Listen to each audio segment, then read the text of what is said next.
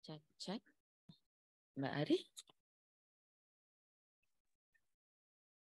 Halo? Mbak Ken, suaranya belum terdengar. Cek. Iya, ya. Oke, terima kasih. Agak kecil tapi suaranya.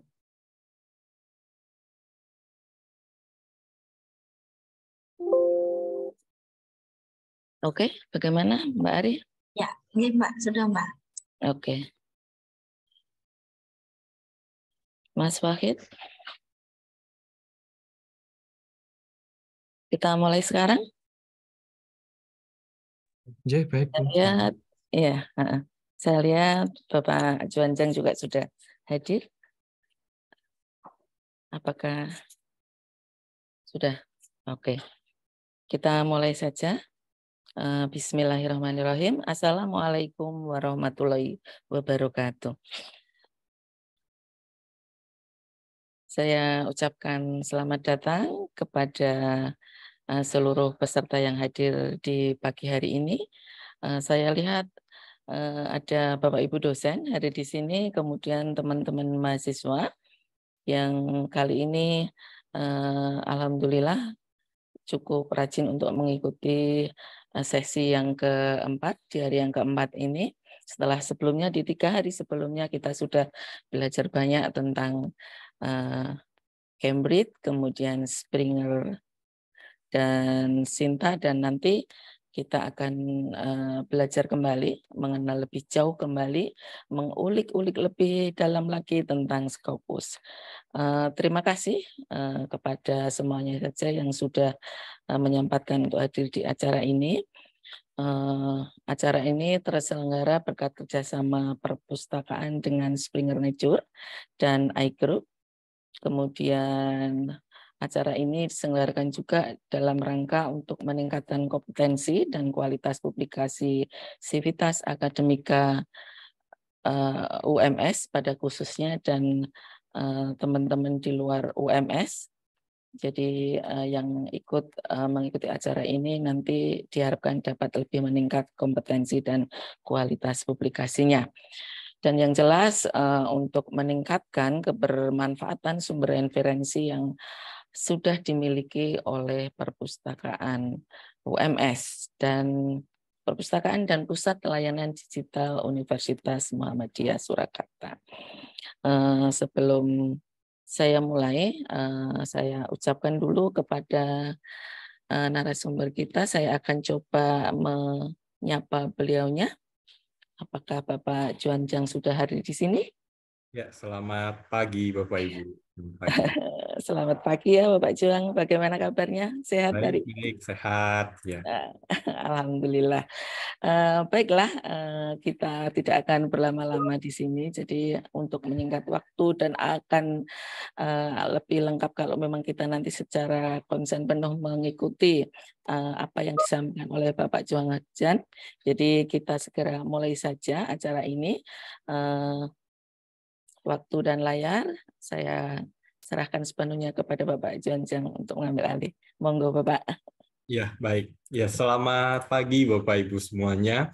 Ya, di sini ada Bapak Ibu dosen, kemudian rekan-rekan mahasiswa juga, Bapak Ibu juga dari perpustakaan. Terima kasih untuk undangannya. Ya, terima kasih juga untuk keikutsertaan Bapak Ibu semuanya ya.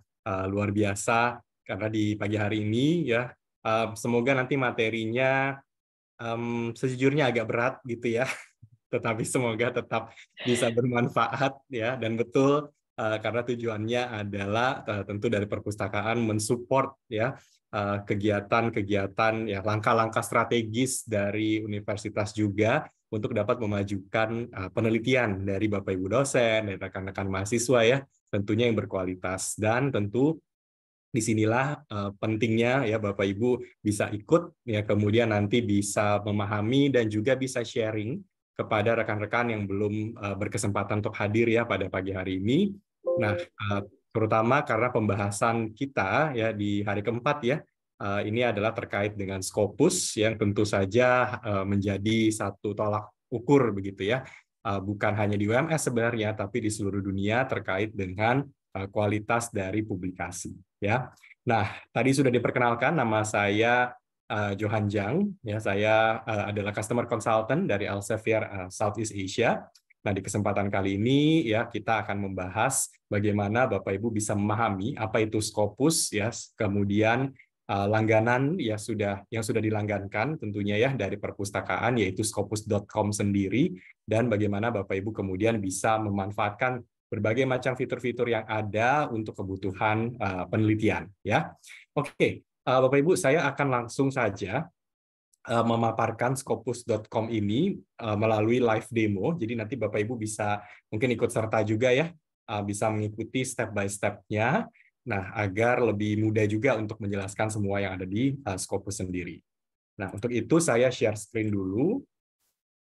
Oke. Jadi Bapak Ibu, tampilan dari scopus.com versi premium ya, atau artinya versi yang berbayarnya, ini bisa dilihat seperti tampilan di layar ini ya. Jadi Bapak Ibu juga pastikan memiliki tampilan seperti ini, bukan Scopus preview ya. Jadi kalau Bapak Ibu masih tulisannya preview, itu antara mungkin belum terkoneksi dengan internet kampus ya, kalau berada di lingkungan kampus, atau yang kedua Bapak Ibu belum terkoneksi secara remote. Ya, jadi pastikan Bapak Ibu tampilannya terlihatnya begini, gitu ya. Nanti yang berbeda adalah di sisi ini, researcher discovery-nya mungkin Bapak Ibu belum bisa lihat karena ini masih pilot gitu ya, masih belum banyak yang bisa mengakses fitur yang ini. Nah, nanti saya bahas ini apa, tapi nanti ke depannya sudah bisa gitu ya. Jadi pertama mungkin sebelum kita ke semua fitur-fitur yang ada, saya menjelaskan dulu secara konsepnya, Scopus itu sebenarnya apa, gitu ya. Nah, untuk Bapak Ibu dosen pasti sudah paham lah, gitu ya. Tetapi untuk rekan-rekan mahasiswa, kadang-kadang masih ada beberapa persepsi yang kurang tepat mengenai apa itu Scopus, ya. Nah, kadang saya mendengar, oh Scopus itu adalah jurnal, padahal bukan gitu ya. Jadi kalau sering dengar, oh saya harus publikasi di jurnal Scopus, seolah-olah Scopus itu nama jurnalnya. Nah, tapi bukan ya. Jadi Bapak Ibu, Scopus itu bukan jurnal. Kemudian ada juga persepsi yang sebenarnya tidak salah tapi kurang lengkap ya, yaitu Scopus itu adalah indeksasi jurnal. Itu benar ya, itu benar tapi tidak lengkap sebenarnya ya. Karena Scopus itu bukan hanya indeksasi jurnal. Ya. Jadi Scopus itu betul salah satunya adalah indeksasi jurnal, tapi sebenarnya Scopus itu lebih luas dari sekedar indeksasi jurnal-jurnal. Nah, jadi sebenarnya Scopus itu apa gitu ya? Nah, Scopus itu sebenarnya adalah database ya. Jadi Scopus itu database di mana database ini ya atau basis data gitu ya. Ini ada banyak sekali jenisnya ya. Di mana salah satunya adalah data jurnal. Tapi sebenarnya di luar dari data jurnal masih ada data-data lain. Ya, masih ada, nanti kita bahas data artikel, konferensi, buku, ya semua yang terindeks Scopus. Nah, itu kita sebutnya dokumen. Jadi data pertama itu adalah data untuk jurnal-jurnal gitu ya. Yang kedua adalah data untuk dokumen di mana dalamnya ada artikel, conference gitu ya, buku dan seterusnya. Kemudian ada data yang ketiga. Data ketiga ini adalah data profil. Jadi kalau Bapak Ibu sering dengar Scopus ID, ya Scopus ID saya berapa gitu ya. Nah, itu adalah jenis data yang ketiga ya, yaitu data profil peneliti yang sudah memiliki Scopus ID. Dan data yang keempat itu adalah data institusi. Ya, jadi semua institusi yang di seluruh dunia gitu ya, termasuk UMS juga itu ada di Scopus. Nah, 4 jenis data ini, baik itu data jurnal, data dokumen, data profil, ya, dan juga data institusi, ini adalah data-data yang sangat penting untuk dunia penelitian. Nah, Scopus ini disebut sebagai the gold standard untuk penelitian, ya, untuk riset secara global, karena data-data yang dimiliki oleh Scopus ini kemudian digunakan oleh berbagai macam lembaga eksternal, jadi lembaga lain gitu ya. Nah, di mana lembaga-lembaga ini, misalnya kalau Bapak Ibu sering dengar QS, ya, World University Ranking, kemudian THE, ya. Nah, mereka berbasis datanya itu adalah pada data Scopus untuk menentukan peringkat universitas secara global. Jadi memang itu secara eksklusif mereka menggunakan basis data Scopus ini. Nah, selain itu ya Sinta juga menggunakan data-data Scopus gitu ya untuk kemudian melakukan penghitungan ya di Sinta sendiri ya. Jadi memang data yang sangat banyak jumlahnya di Scopus ini, ya sangat-sangat kita jaga ya agar memastikan sains itu bisa berkembang ke arah yang bagus gitu ya, ke arah yang berkualitas. Nah, nanti Bapak Ibu karena sudah punya akses ke Scopus yang premiumnya, ini sudah bisa mengakses semua data-data tersebut. Ya, jadi nanti kita akan lihat bagaimana Bapak Ibu bisa mengakses satu persatu untuk datanya, gitu ya. Nah, kemudian data-data yang dikasih di Scopus ini nih Bapak Ibu ya, itu bukan hanya data mentahnya. Jadi semua ini nanti bisa Bapak Ibu download, bisa ada Excel-nya gitu ya. Nah, tapi bukan hanya data mentah, tapi kita juga memberikan basic analytics. Nah, jadi ada kemampuan analytics-nya agar membantu kegiatan penelitian Bapak Ibu. Nah, itu ya, jadi kurang lebih gambarannya seperti itu ya. Nah, sekarang nanti kita akan lihat satu persatu 4 jenis data ini ya, ada apa saja, isinya apa, lalu bisa diapakan gitu ya. Nah, ujung-ujungnya ini bisa digunakan oleh Bapak Ibu dosen, oleh rekan-rekan mahasiswa. Kalau di sini ada Bapak Ibu editor jurnal, itu juga bisa pakai sebenarnya. Ya. Oke, kita mulai dari basis data yang pertama. Untuk basis data yang pertama Bapak Ibu adalah data jurnalnya. Ya, jadi jurnal-jurnal yang ada di Scopus itu bisa kita cari di sini, termasuk konferensi-konferensi ya, dan bahkan buku-buku yang terindeks Scopus pun ada semua di sini. Ya, nah untuk mencari jurnal ini kan artinya mungkin jurnal gitu yang paling sering gitu ya. Ini dibutuhkan ketika Bapak Ibu sudah menyelesaikan papernya, ya misalnya sudah selesai disertasi, tesis gitu ya. Kemudian ingin mencari jurnal yang dituju. Ya. Nah, Bapak Ibu bisa memanfaatkan data yang ada di Scopus ini, caranya adalah kita langsung ke sini, sources. Ya. Jadi untuk mencari jurnal, kita klik yang sources ini. Begitu kita klik, kita bisa melihat di sini pencarian dari jurnal-jurnal yang ada di Scopus. Ya. Nanti jurnal buku semuanya itu totalnya ada 44.000, jadi banyak sekali gitu ya. Nah, nanti kita akan explore bagaimana mencarinya. Ya. Nah, yang pasti Bapak Ibu, di sini kita menyediakan mesin pencarinya, bisa nanti mencari menggunakan title, gitu ya. Jadi judul jurnal bisa, kemudian bisa juga menggunakan subject area, bisa juga menggunakan publisher atau bahkan nomor ISSN. Ya, misalnya kita pakai subject area gitu ya. Nah, waktu saya klik subject area, di sini saya bisa memilih subject areanya itu banyak sekali. Jadi nanti Bapak Ibu tinggal sesuaikan gitu ya subject areanya Bapak Ibu di mana. Misal ya ini contoh saja, misalnya saya marketing gitu. Nah, saya tinggal ketik saja marketing, klik di sini, ya klik apply.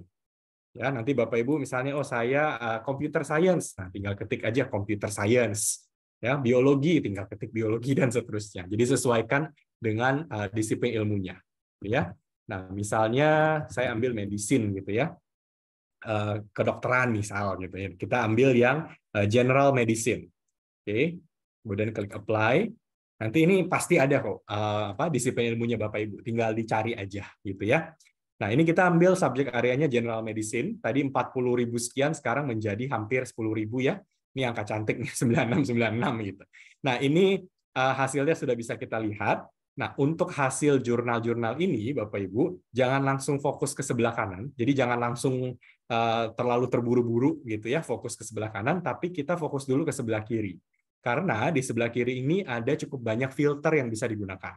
Ya, pertama di sini kita bisa display only open access journal. Sebentar, coba saya besarkan biar terlihat ya. Jadi di sebelah kiri, di sini ada display only open access journal. Artinya nanti yang muncul di sebelah kanan ini kalau diklik gitu ya, hanya jurnal-jurnal OA. Oke. Kemudian di sini ada minimum citation dan minimum documents. Kalau Bapak Ibu cukup spesifik, saya harus mencari jurnal yang minimum dokumennya ada 100 misalnya. Nah, ini nanti bisa diketik di sini. Oke. Nah, kemudian ini sangat-sangat penting Bapak Ibu, ya, site score highest quartile. Ini adalah kuartil dari jurnal. Oke. Di sini kita bisa lihat ada first quartile, ini Q1, ini Q2, Q3, Q4. Ya, kalau yang paling atas, show only titles in top 10%, ini adalah Q1 peringkat 10% paling atas. Jadi yang memang jurnal yang paling bagus gitu ya di bidang ilmunya. Oke. Kemudian di bawah kita bisa lihat di sini ada source type, ada jurnal, book series, conference proceedings dan trade publication.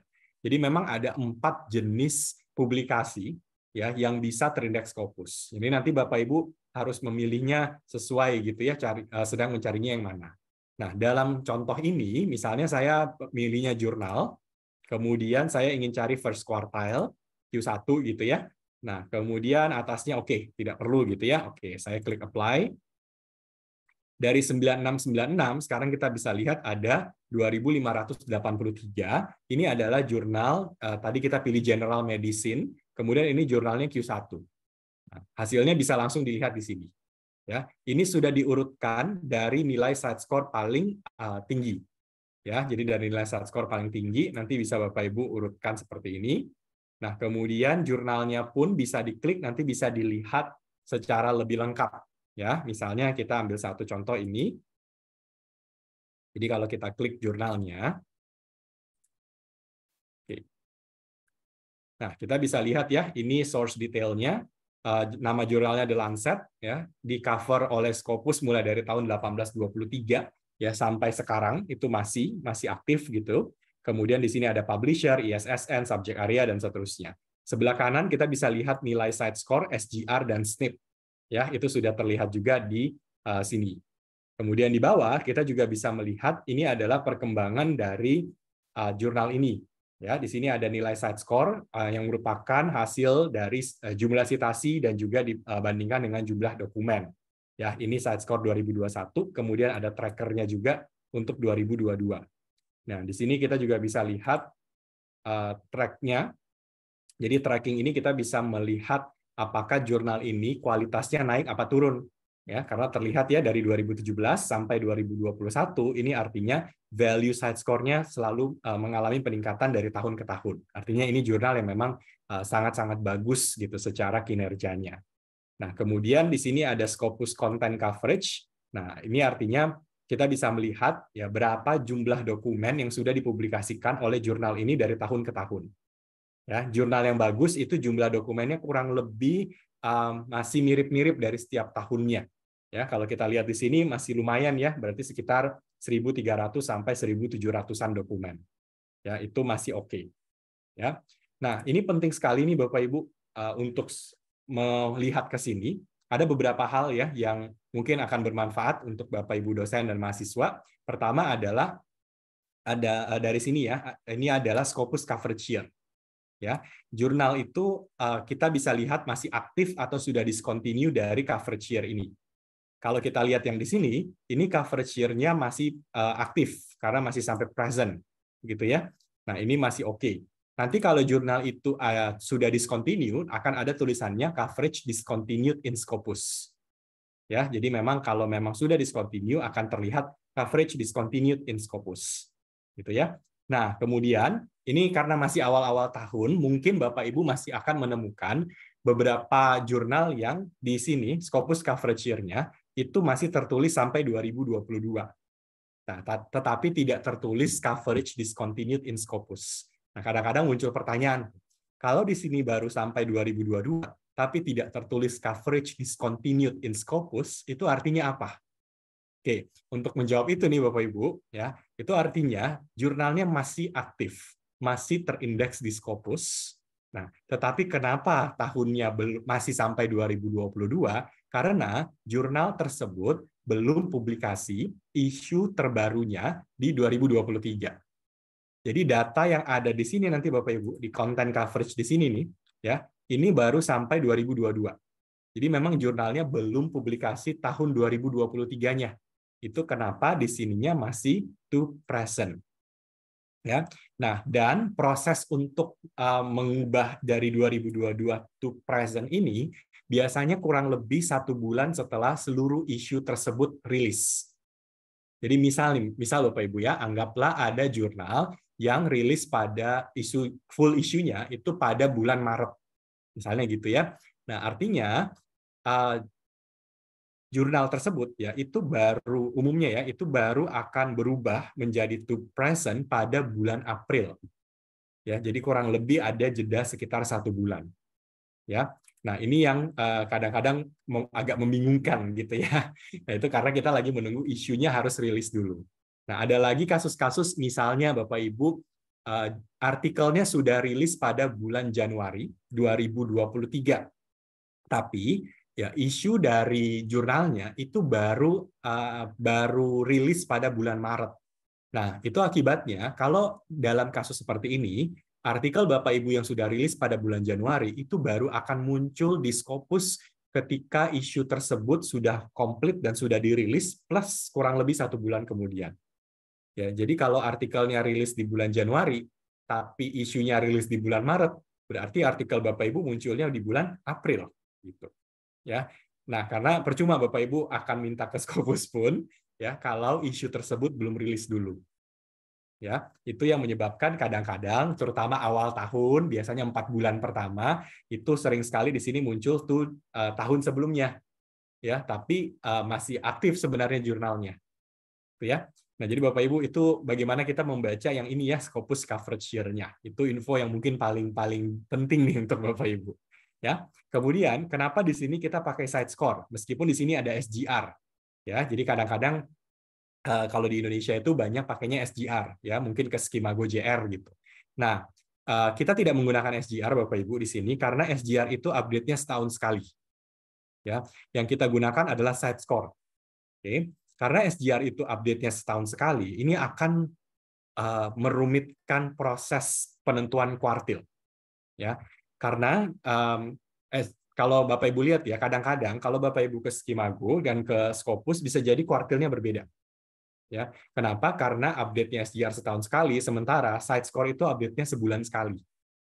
Nah, itu yang menyebabkan kenapa di Scopus kita pakai side score, karena ini update sebulan sekali, di mana kuartil itu bisa dalam kasus-kasus tertentu berubah tiap bulan.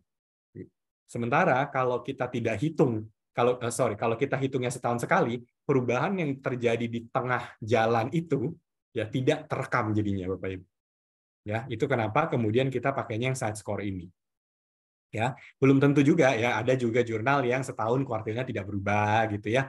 Ya nggak apa-apa, itu bisa jadi kasus juga ya. Tetapi karena perubahan kuartil itu sebenarnya bisa terjadi every month, itulah kenapa kita pakai yang side score yang menghitungnya setiap bulan. Jadi kalau kita lihat di sini Bapak Ibu, di tracker ini kelihatan ya, side score ini terakhirnya yang 2022 itu diupdate pada 5 Maret 2023, bulan lalu gitu. Ya, nanti yang 2 April berarti sebentar lagi, nanti diupdate lagi di sini. Ya, angka ini akan menentukan kuartil jurnalnya di Q berapa pada bulan tersebut. Ya, nah itu yang kemudian penting juga untuk kita lihat. Ya, jadi kalau Bapak Ibu nanti pakai SGR silakan, tidak masalah gitu ya. SGR juga, Skimago juga bukan kompetitor, mereka non profit juga. Nah, itu silakan, tidak ada masalah, tetapi rekomendasi dari kami adalah sering-seringlah membandingkan antara side score dengan SGR tersebut. Ya, karena itu jadi kadang-kadang terjadi diskrepansi data gitu. Ya, perbedaan yang cukup wajar. Ya. Nah, ini yang kadang kalau saya boleh share sedikit ke Bapak Ibu ya, kalau kita lihat overview Indonesia, bukan hanya UMS gitu ya, tapi Indonesia. Indonesia itu cenderungnya ya cukup banyak universitas yang mereka merasa lebih banyak publikasi di Q3, tapi ternyata kenyataannya tidak. Ya, lebih banyak publikasinya di Q4 karena Q3-nya itu based on side score, sementara based on SGR, sementara di side score jurnal itu sebenarnya Q4. Nah, itu yang menyebabkan kadang kalau kita bicara kualitas jurnal gitu ya, perbedaan itu yang membuat nantinya waktu data-data di Scopus ini dipakai untuk lembaga eksternal, yang menyebabkan Indonesia itu masih cenderung publikasinya di Q4, ya lebih besarnya gitu. Ya, nah itulah kenapa Bapak Ibu karena sudah punya akses juga nih ke scopus.com-nya, ini harus dimanfaatkan untuk benar-benar melihat kalau Bapak Ibu targetnya Q3, pastikan itu Q3-nya juga Q3 side score. Ya, jangan sampai terjadi diskrepansi seperti itu. Oke. Nah, meskipun saya tahu side score tidak dipakai untuk penentuan misalnya jenjang JJA dan sebagainya gitu ya, tapi ini penting untuk kampus juga, performance dari kampus. Oke. Nah, kita lanjut berikutnya Bapak Ibu, itu data pertama. Ya, jadi udah mulai seru ya, baru data pertama. Nah, sekarang data kedua. Nah, data yang kedua adalah data dokumen. Kalau disebut dokumen itu artinya artikel-artikel gitu ya. Baik artikel yang dipublikasikan di jurnal maupun artikel yang dipublikasikan di conference. Nah, itu semua bisa dicari di halaman utama dari Scopus.com. Silakan nanti Bapak Ibu langsung menuju ke dokumen. Ya. Nah, untuk dokumen ini sebenarnya ini cara mencarinya masih sama-sama saja ya dengan database-database pada umumnya. Nanti tinggal ketik saja kata kuncinya apa di sini. Ya, mungkin Bapak Ibu kan sudah ikut juga ya dari 3 hari yang lalu, mirip-mirip lah. Ya, intinya ketik aja kata kuncinya apa, kemudian klik search. Nah, tapi yang menarik dari Scopus ini Bapak Ibu adalah yang advanced document search-nya. Ya, kalau kita klik di sini, ini saya lebih suka pakai yang ini, advanced document search. Karena di advanced document search itu cukup banyak perintah yang bisa kita mintakan ke Scopus. Oke, pertama di sini kan kita tinggal ketik ya kata kuncinya apa gitu. Nah, tapi ada beberapa tambahan yang bisa kita lakukan. Pertama ada Boolean operators. Ya, jadi di sebelah kanan ini ada and, or, and not dan seterusnya. Ya, ini bisa digunakan. Mungkin Bapak Ibu sudah cukup familiar ya semoga dengan Boolean operators ini. Kalau Bapak Ibu arahkan kursor mouse-nya ke ini ke apa? Kata-kata yang di sini ya, ini ada informasinya. Jadi and itu cara pakainya bagaimana, or cara pakainya bagaimana gitu ya. Nah, ini sudah ada infonya. Nah, yang menarik yang ini mungkin udah biasa gitu. Nah, yang menarik itu yang di bawah sini nih, Bu. Namanya field codes. Ya, field codes itu simpelnya adalah pencarian kita bisa diberikan konteks. Ya, contoh Bapak Ibu ya. Misalnya saya menggunakan kata kunci AI karena lagi populer gitu ya. Oke, saya ketik artificial intelligence. Tapi saya mau memberikan konteks. Misalnya, saya itu ingin cari penelitian artificial intelligence, tapi saya maunya penelitian dari Indonesia saja. Nah, Bapak Ibu jangan ketik begini. Ya, jangan diketik begini, Bapak Ibu ya. Tapi kita berikan konteksnya dengan menggunakan field codes yang ada di sini. Ya, kalau Bapak Ibu ingin cari misalnya AI dari Indonesia, nah itu bisa pilih yang affiliation. Kemudian di sini ada affiliation country. Nah, ini tanda plusnya kita klik. Kemudian di sini langsung muncul, kita ketik Indonesia. Nah, ini yang nanti membuat Scopus itu akan mencarikan AI, tapi hanya dari Indonesia. Nah, contoh lain lagi, misalnya saya ingin mencari penelitian AI, tapi dari UMS. Itu bisa juga. Jadi sangat spesifik gitu. Nah, caranya sama di afiliasi ini, Bapak Ibu pilih affiliation organization. Ya, ini kita klik tanda plusnya, kemudian nanti di sini tinggal ketik ya, jangan ketik UMS, jangan ketik begini ya. Ya, tapi ketik lengkapnya, Universitas Muhammadiyah Surakarta, baru klik search. Oke, jadi itu salah satunya. Tapi sebenarnya selain afiliasi, di sini tuh masih banyak sekali yang bisa kita gunakan. Ya, misalnya biological entities, sequence bank misalnya. Kemudian ada chemical entities, ya CSS registry number-nya berapa. Ya, lalu di sini ada textual content, misalnya mencari hanya di title saja atau mencari hanya di abstrak saja. Ya, dan sama seperti yang Boolean operators ini kalau kursornya Bapak Ibu arahkan ada infonya. Jadi Bapak Ibu tidak akan kebingungan gitu ya kalau abstrak itu maksudnya carinya bagaimana, all fields itu maksudnya apa ya. Itu nanti bisa digunakan. Nah, kemudian satu lagi nih yang lebih menarik lagi Bapak Ibu adalah kita bisa meminta Scopus mencarikan kata kunci buat kita. Jadi bukan kita yang ketik kata kuncinya apa Bapak Ibu, tapi Scopus yang carikan kata kuncinya untuk kita. Ya, caranya Bapak Ibu kalau ke bawah di sini ada namanya pre-generated queries. Ya, kalau pre-generated queries ini kita aktifkan, nanti Scopus akan mencarikan kata kunci tersebut. Oke, nah kita menggunakan pre-generated queries ini berdasarkan UN SDG karena ini adalah salah satu tren ya dalam dunia riset dan salah satu yang diukur juga yaitu societal impact. Nah, kita mengelompokkan kata kunci berdasarkan UN Sustainable Development Goals. Artinya, kalau Bapak Ibu ingin penelitiannya nanti bisa berdampak terhadap SDG tertentu, itu silakan menggunakan yang di sini.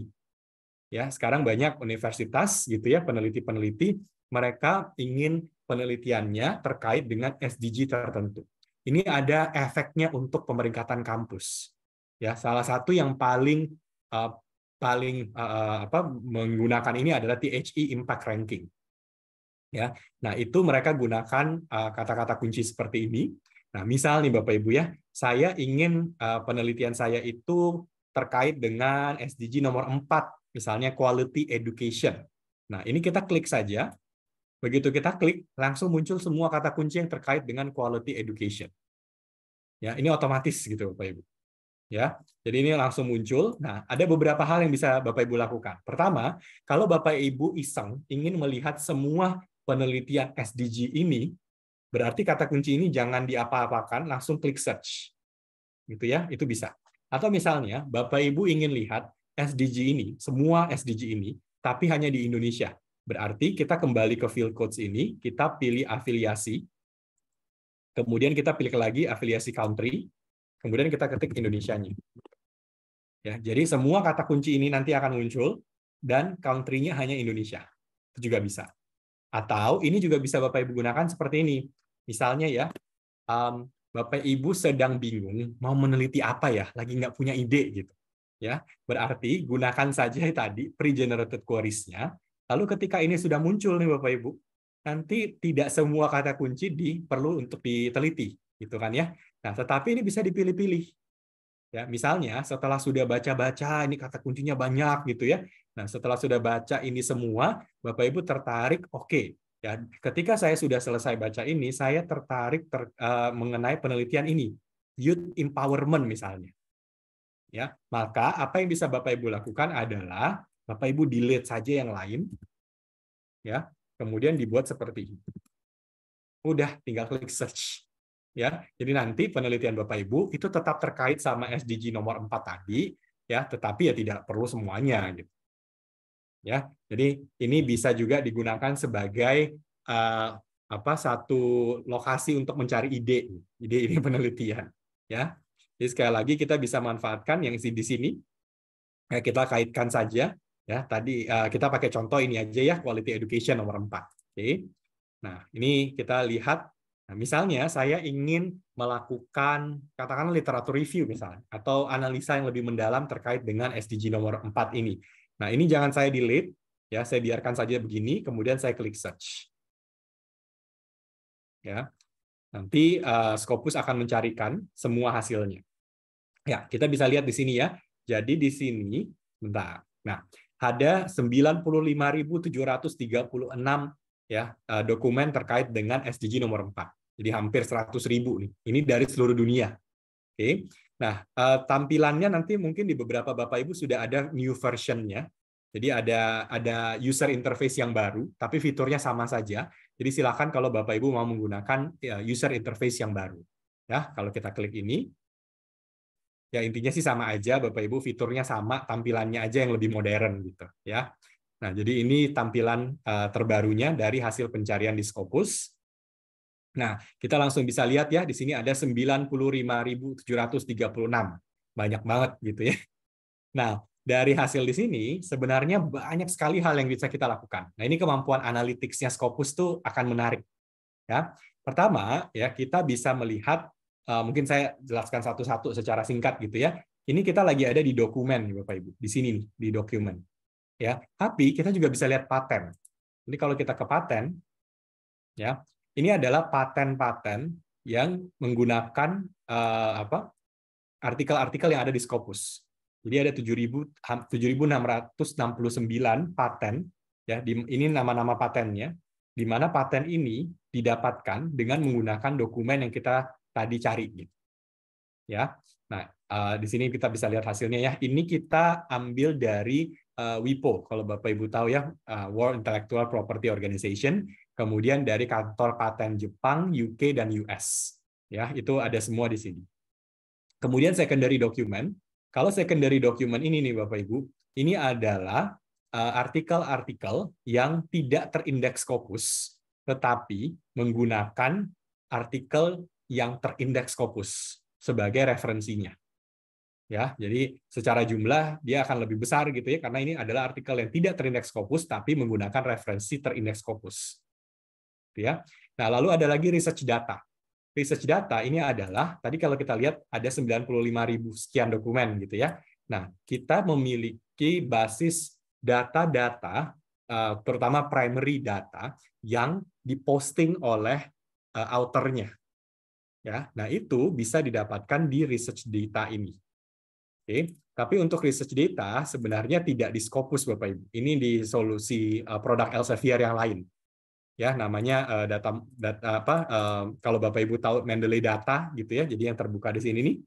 Ya. Nah, itu bisa kita akses di Mendeley datanya. Jadi memang bukan di Scopusnya, tapi ini link ke Mendeley datanya.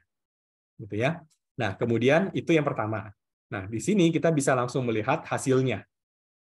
Ya, dari 95.000 sekian ini semua hasilnya sama seperti yang sebelumnya Bapak Ibu, akan lebih baik kalau kita fokus untuk filter dulu. Ya, filter dulu karena mungkin ini hasilnya terlalu banyak juga gitu ya.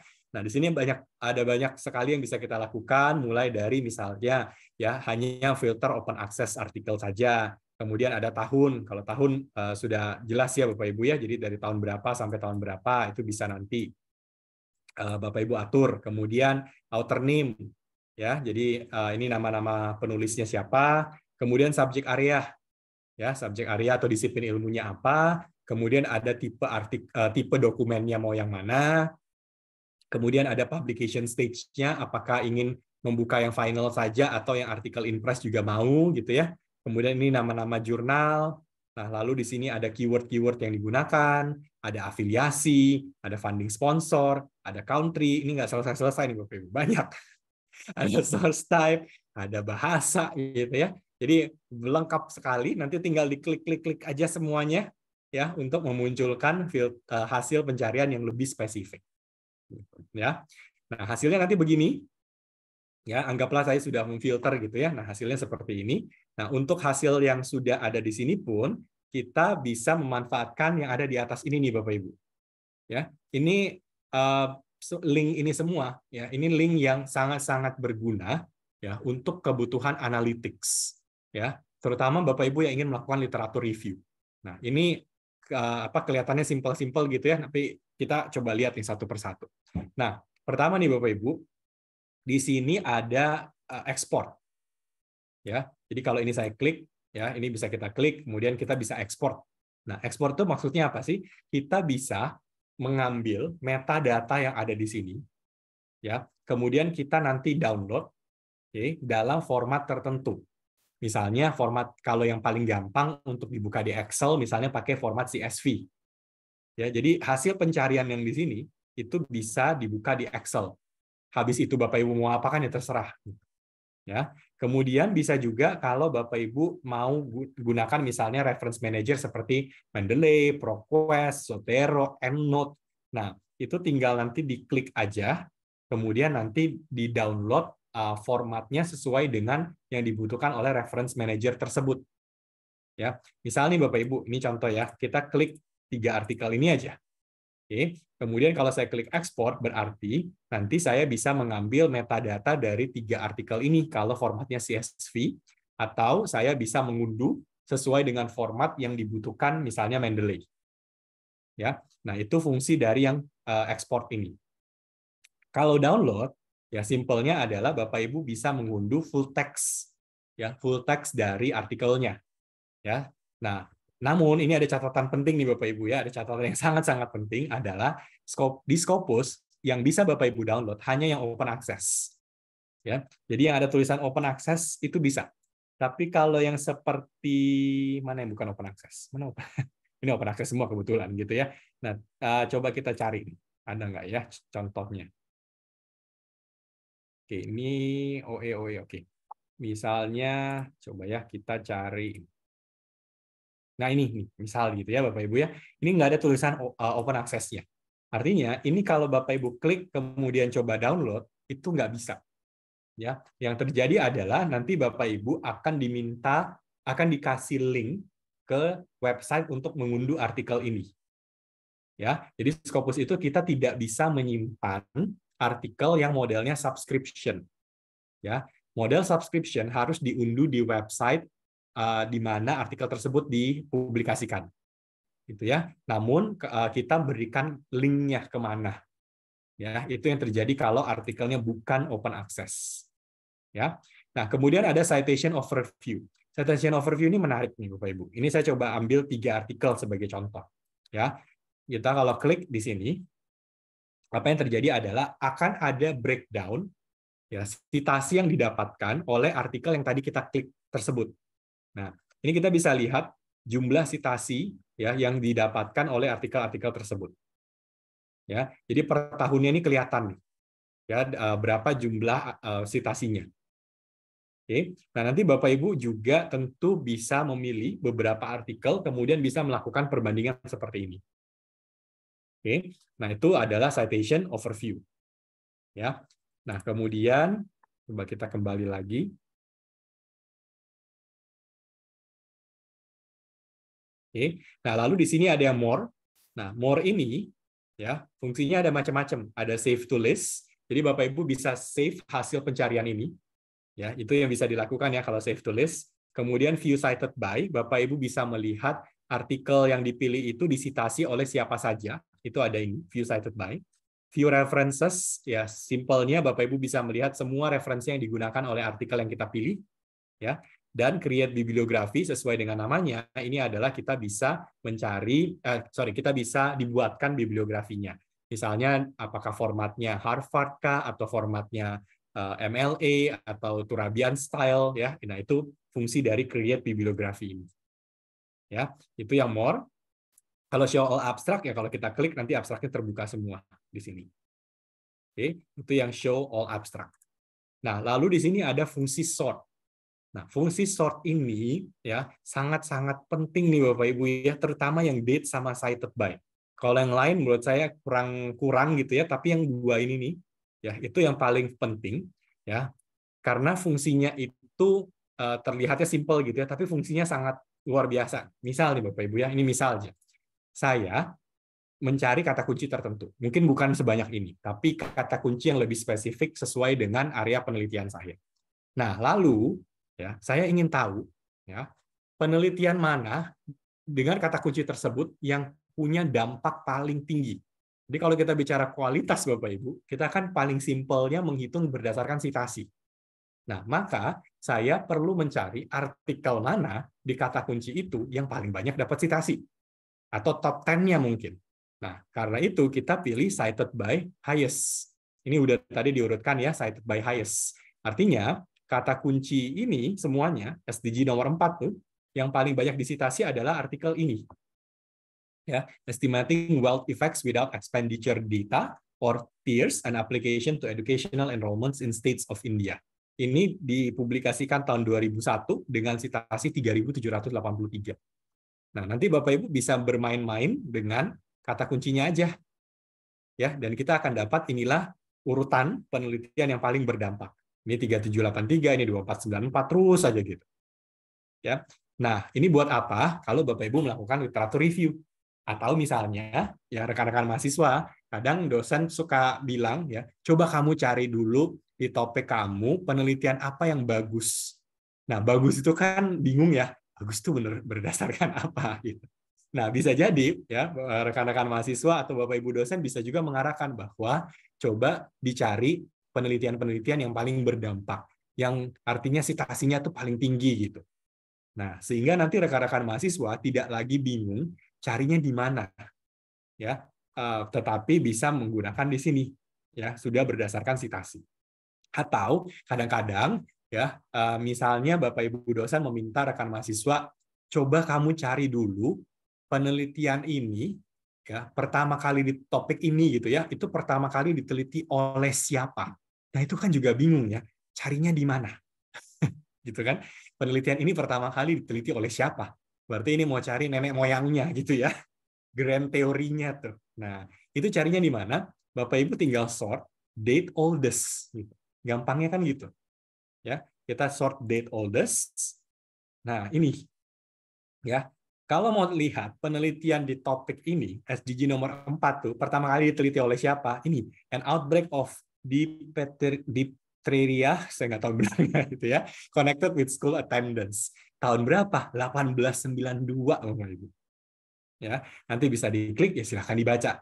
Nah, ini artinya ini nenek moyangnya dari semua SDG nomor 4 ya, itu tercatat pada tahun 1892. Ya, lalu nanti ada urutan 9893 gitu ya dan seterusnya. Ini kalau kita lihat ya kebanyakan tentang school attendance ya pada masa-masa tersebut tuh. Ya bagaimana cara mengabsen mahasiswa gitu ya. Nah, itu date oldest. Kemudian kalau misalnya ingin mencari penelitian yang paling baru-baru berarti tinggal date newest. Ya, ini yang paling baru-baru gitu ya terkait dengan penelitian SDG nomor 4 ini. Nah, selain yang ini tadi, ini udah banyak yang bisa kita lakukan. Nah, ada lagi ini, analyze result. Nah, analyze result ini fungsi analytics yang sangat bagus ya, karena apa? Banyak nih yang bisa kita lihat ya. Kita coba klik analyze result dulu. Jadi Scopus itu akan menganalisa hasil pencarian kita. Ya, bukan kita lakukan sendiri tapi dibantu oleh Scopus. Pertama yang akan dimunculkan adalah perkembangan dari jumlah artikel yang dipublikasikan setiap tahun dengan kata kunci tersebut. Ya, jadi kalau kita lihat pertama kali itu dari tahun 1892. Oke, kalau ini terlalu jauh, Bapak Ibu, misalnya kita bisa urutkan katakanlah dari 2010. Jadi saya hanya ingin mencari dari 2010 sampai 2023. Kita klik analyze. Oke, jadi belum terlalu lama lah gitu ya. Nah, kita bisa lihat ini perkembangannya. Jadi dari tahun ke tahun, ya kata kunci ini mengalami SDG nomor 4 mengalami kenaikan. Ya pasti ya karena ini SDG gitu. Nah, belum tentu dalam kasus Bapak Ibu grafiknya begini. Bisa jadi dengan kata kunci yang Bapak Ibu pakai ternyata grafiknya turun. Ya, kalau jumlah dokumen itu mengalami penurunan dari tahun ke tahun, itu simple artinya ini sudah bukan tren lagi ya untuk sebagai sebuah topik dan ada yang kedua adalah akan lebih sulit untuk Bapak Ibu mencari jurnal yang mau publikasi artikel tersebut. Ya, karena jurnal pastinya akan mencari topik-topik yang trending seperti ini. Oke, nah itu pertama.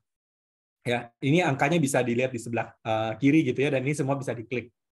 Nah, di bawah kita bisa lihat lagi ada banyak dokumen per year by source. Ini apa? Kalau kita klik, kita bisa melihat jurnal-jurnal mana yang paling banyak publikasi kata kunci tersebut. Nah, ini juga penting nih, ya. Kalau Bapak Ibu mau cari jurnal, di sini kita bisa lihat ini adalah jurnal-jurnal, nama-nama jurnal yang paling banyak publikasi artikel dengan kata kunci tersebut. Nah, dan kita juga bisa membandingkan dengan cara klik yang ini, compare source and view site score. Ya, ini kalau kita klik, nah kita akan dibawa ke halaman untuk membanding-bandingkan jurnalnya. Ya, oke, kita bisa lihat di sini. Ini kalau susah kita bisa ganti jadi tabel. Nah, ini ya. Jadi kita bisa lihat nilai site score dari jurnal ini setiap tahunnya. Oke, ini kalau ada yang bolong, Bapak Ibu, ini misalnya kan ini aman semua ya. Tapi kalau ada yang kosong, itu artinya jurnalnya pernah discontinue. Ya, itu kalau kasusnya begitu. Tapi kalau kasus ini aman semua. Ya, ini nilai site score. Kita bisa bandingkan nilai SGR. Nah, ini nilai SGR per tahunnya nih Bapak Ibu. Ya, jadi kalau kita lihat ya nilai SGR itu seperti ini. Ya, kalau kosong sekali lagi ya ini artinya ini belum punya nilai SGR, belum terindeks Scopus. Jurnal ini baru terindeks Scopus 2010. Ya. Nah, ini kita bisa lihat ya, naik atau turun. Ini juga penting nih Bapak Ibu, kalau nanti menemukan ada jurnal yang SGR-nya turun terus, ya itu mulai kita harus agak hati-hati karena bisa jadi nanti jurnalnya discontinue. Ya, jadi kita bisa lihat performance-nya seperti ini. Kalau SNP mungkin Bapak Ibu jarang pakai gitu ya, ada juga citasi, dokumen per year dan seterusnya. Ya, ini kalau dokumen per year kita bisa lihat. Nah, ini jumlah dokumen yang dipublikasikan setiap tahunnya. Ya, ini jurnalnya luar biasa 16.000 dokumen. Oke. Ya, tapi ini jumlahnya kita bisa lihat ya setiap tahunnya seperti apa. Ya. Nah, kalau 0 di sini ini kalau kita ke jurnalnya, ini artinya jurnal ini memang belum publikasi 2023-nya. Ya. Jadi nanti kelihatan memang perbandingannya seperti apa. Ya. Nah, sekarang kita kembali lagi ke halaman yang tadi. Ini kita ganti dulu ya tahunnya.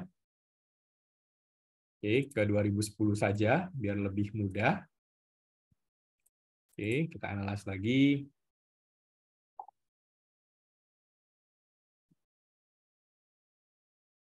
Nah, kita juga bisa lihat by author. Ini adalah nama-nama peneliti yang paling banyak publikasi topik ini. Nah, ini gunanya buat apa? Bisa banyak macam nih Bapak Ibu. Pertama, untuk bisa cari kolaborator. Misalnya Bapak Ibu ingin mencari international collaboration.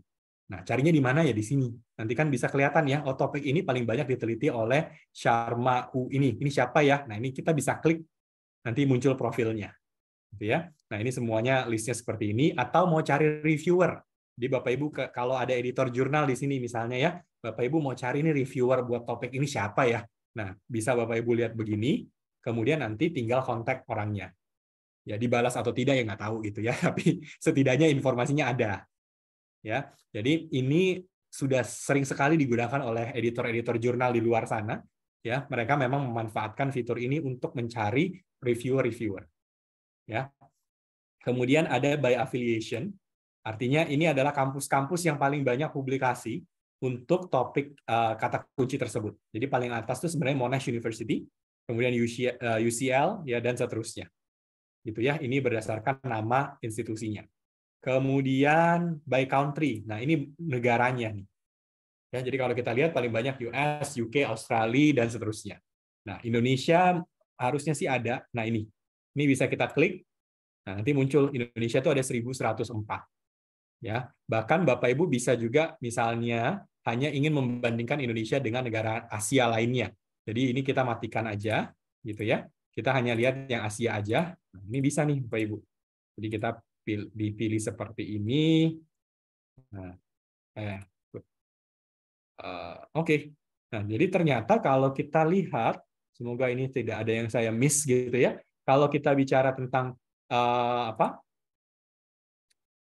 SDG nomor 4 ya, yang quality education yang paling Indonesia itu top 3 ya dari jumlah outputnya ya kalau di Asia. Jadi kita bisa lihat perbandingannya begini.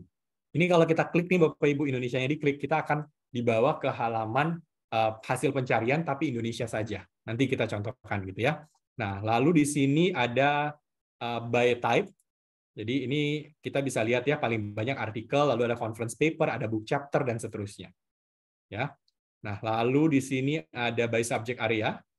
Oke, jadi kita bisa lihat ya pasti social science paling banyak, kemudian disusul apalagi nih? Psikologi, medicine dan seterusnya. Oke. Kemudian funding sponsor. Nah, kita juga melisting siapa pemberi dana hibahnya. Jadi kalau Bapak Ibu mau cari dana hibah di luar Indonesia misalnya, ini kita bisa lihat bahwa pemberi dana hibah paling banyak untuk topik itu siapa aja. Nah, kelihatan di sini. Dan sama ini semua bisa diklik nih Bapak Ibu. Ya, jadi ini kita bisa lihat ya. Nah, nanti pun kalau Bapak Ibu misalnya mendapatkan dana hibah dari kampus, dari UMS gitu ya, pastikan di artikelnya Bapak Ibu di bagian funding itu harus dituliskan nama kampusnya. Ya, supaya apa? Nanti muncul di sini. Ya, kalau tidak dituliskan di fundingnya, maka di sini tidak muncul. Ya, sama misalnya Bapak Ibu dapat dari Dikti. Ya, kalau Bapak Ibu tidak tulis nama kementeriannya gitu ya, Kementerian Pendidikan dan seterusnya, kalau itu tidak diketik Bapak Ibu, di sini nanti tidak muncul. Ya, jadi ini hanya akan muncul kalau authornya waktu publikasi di bagian fundingnya itu harus diketik siapa pemberi fundingnya, baru muncullah di sini. Ya, nah itu bagaimana kita memetakan data-data ini.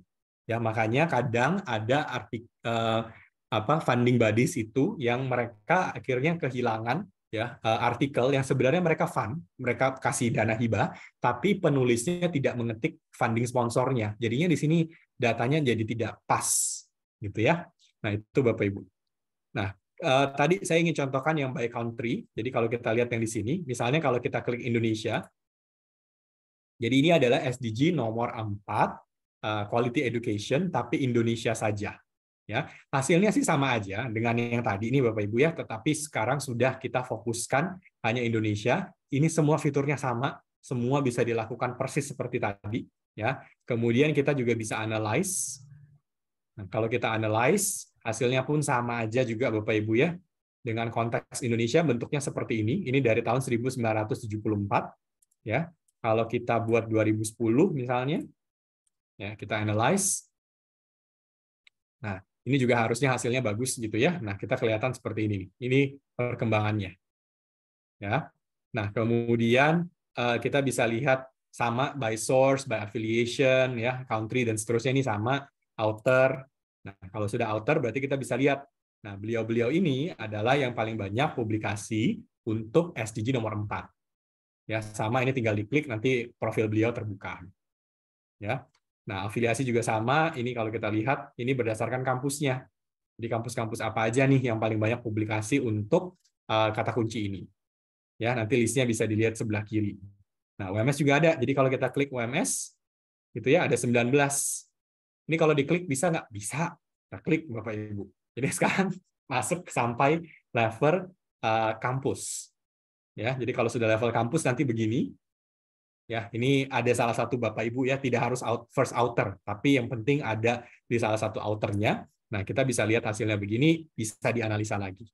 Jadi memang sangat-sangat dalam gitu ya kemampuan untuk menganalisa di Scopus sampai pada level, sebenarnya bukan hanya level institusi Bapak Ibu, bisa sampai level perorangan. Gitu ya, itu bisa kita breakdown seperti ini.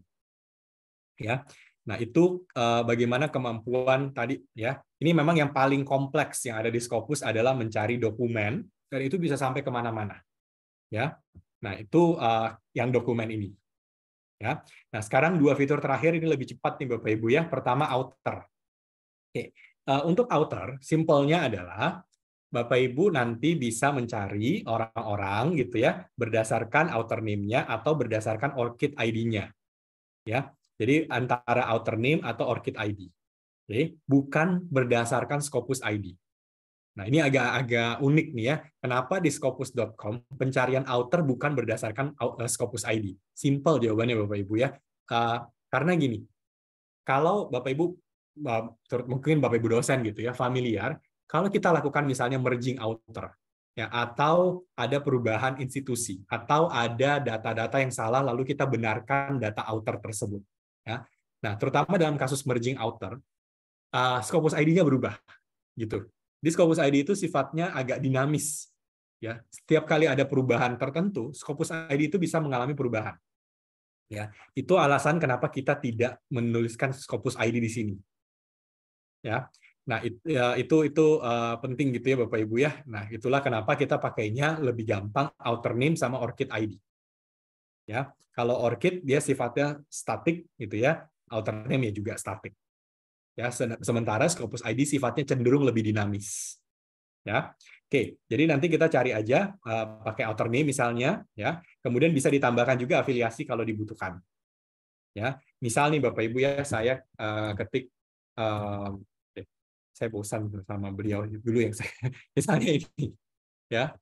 Nah, ini salah satu yang saya kenal dari Philippines, nama beliau Raymond Tan. Nah, kita ketik seperti ini, kita klik search. Oke, hasilnya banyak ya, karena memang namanya mungkin agak sorry ini agak pasaran gitu. Jadi ada 22 nih Bapak Ibu ya. Nah, nanti silakan bisa dilihat hasilnya seperti ini. Jadi nanti yang penting adalah Bapak Ibu cek dulu dari jumlah dokumen sama afiliasi. Afiliasi lah yang lebih penting. Ya, namanya memang kebetulan sama, tapi kan afiliasinya tidak. Nah, ini yang saya kenal beliau ya. Ini kita bisa lihat ya, Raymond Tan ini dari De La Salle University di Philippines. Nah, kita bisa klik. Kemudian kita bisa lihat hasil kalau kita klik profilnya seperti ini. Ya, jadi beliau itu Raymond R. Tan dari De La Salle University, kemudian ini Scopus ID-nya, kemudian ini link ke ORCID-nya. Jadi peneliti ini sudah melakukan link dari Scopus-nya ke ORCID-nya. Gitu ya. Nah, ini bisa kita lihat seperti ini. Lalu jumlah citasi 12.000 didapatkan dari 6.895 dokumen. Kemudian ini jumlah dokumen yang beliau sudah publikasikan ada 530, H-index-nya 55. Nah, kita bisa lihat ini perkembangan dari tahun ke tahun, mulai dari jumlah dokumen dan juga dari jumlah citasi. Jadi memang beliau meningkat terus, gitu ya. Nah, kemudian ini most contributed topics, jadi beliau itu berkontribusi terhadap topik penelitian di bidang apa. Ya. Nah, di bawah kita bisa lihat list, ini 530 dokumen beliau tuh di sini. Ya, sudah diurutkan berdasarkan date newest, bisa kita ganti misalnya cited by highest. Nah, jadi penelitian beliau yang paling banyak disitasi itu yang ini. Ya, ini ada 501 citasi. Oke. Nah, ini kita juga bisa lihat ini adalah semua citasi yang didapatkan beliau. Ya, ini listnya seperti ini. Ya, kalau kita klik yang cited by, kemudian sekarang beliau itu ada 5 preprint. Jadi ini masih aktif gitu ya, masih ada 5 preprint yang sedang on the way untuk nanti publikasi. Ya. Kemudian ada co-authors, jadi beliau itu sudah pernah berkolaborasi dengan 400 orang nih Bapak Ibu ya. Ini listnya dan ada jumlah dokumennya. Lalu ada topik, jadi beliau itu berkontribusi terhadap topik ini semua. Kemudian nanti yang baru, ini belum rilis nih Bapak Ibu ya, namanya grants. Jadi kita bisa nanti memetakan berapa jumlah dana hibah yang didapatkan oleh peneliti ini. Nah, itu nanti akan muncul di sini. Tapi memang belum, karena ini masih beta, masih dites dulu, gitu ya Bapak Ibu. Nah, kemudian selain data-data di sini, kita juga bisa melakukan analyze author output dan citation overview.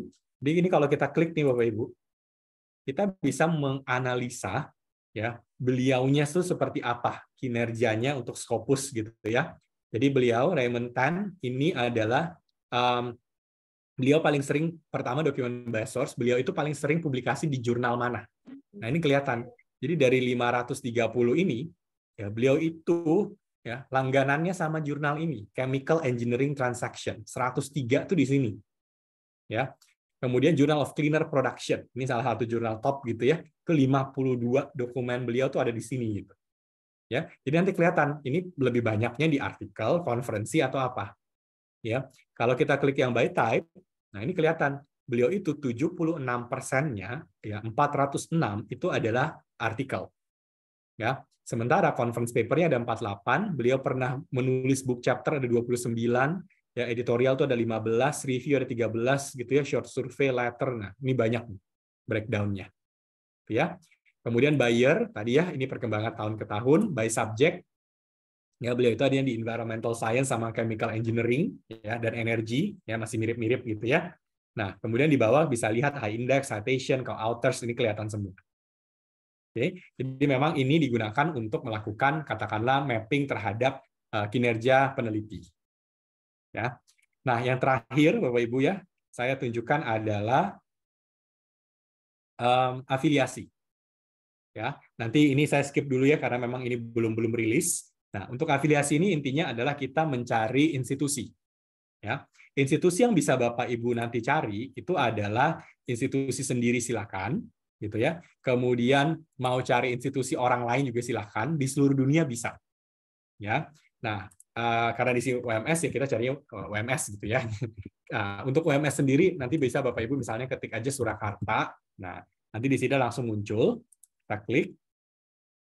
Nanti akan langsung muncul di sini ya. Nah, ini UMS, kemudian ada alamat, nama-namanya seperti apa. Nah, ini ada jumlah dokumen dan jumlah author.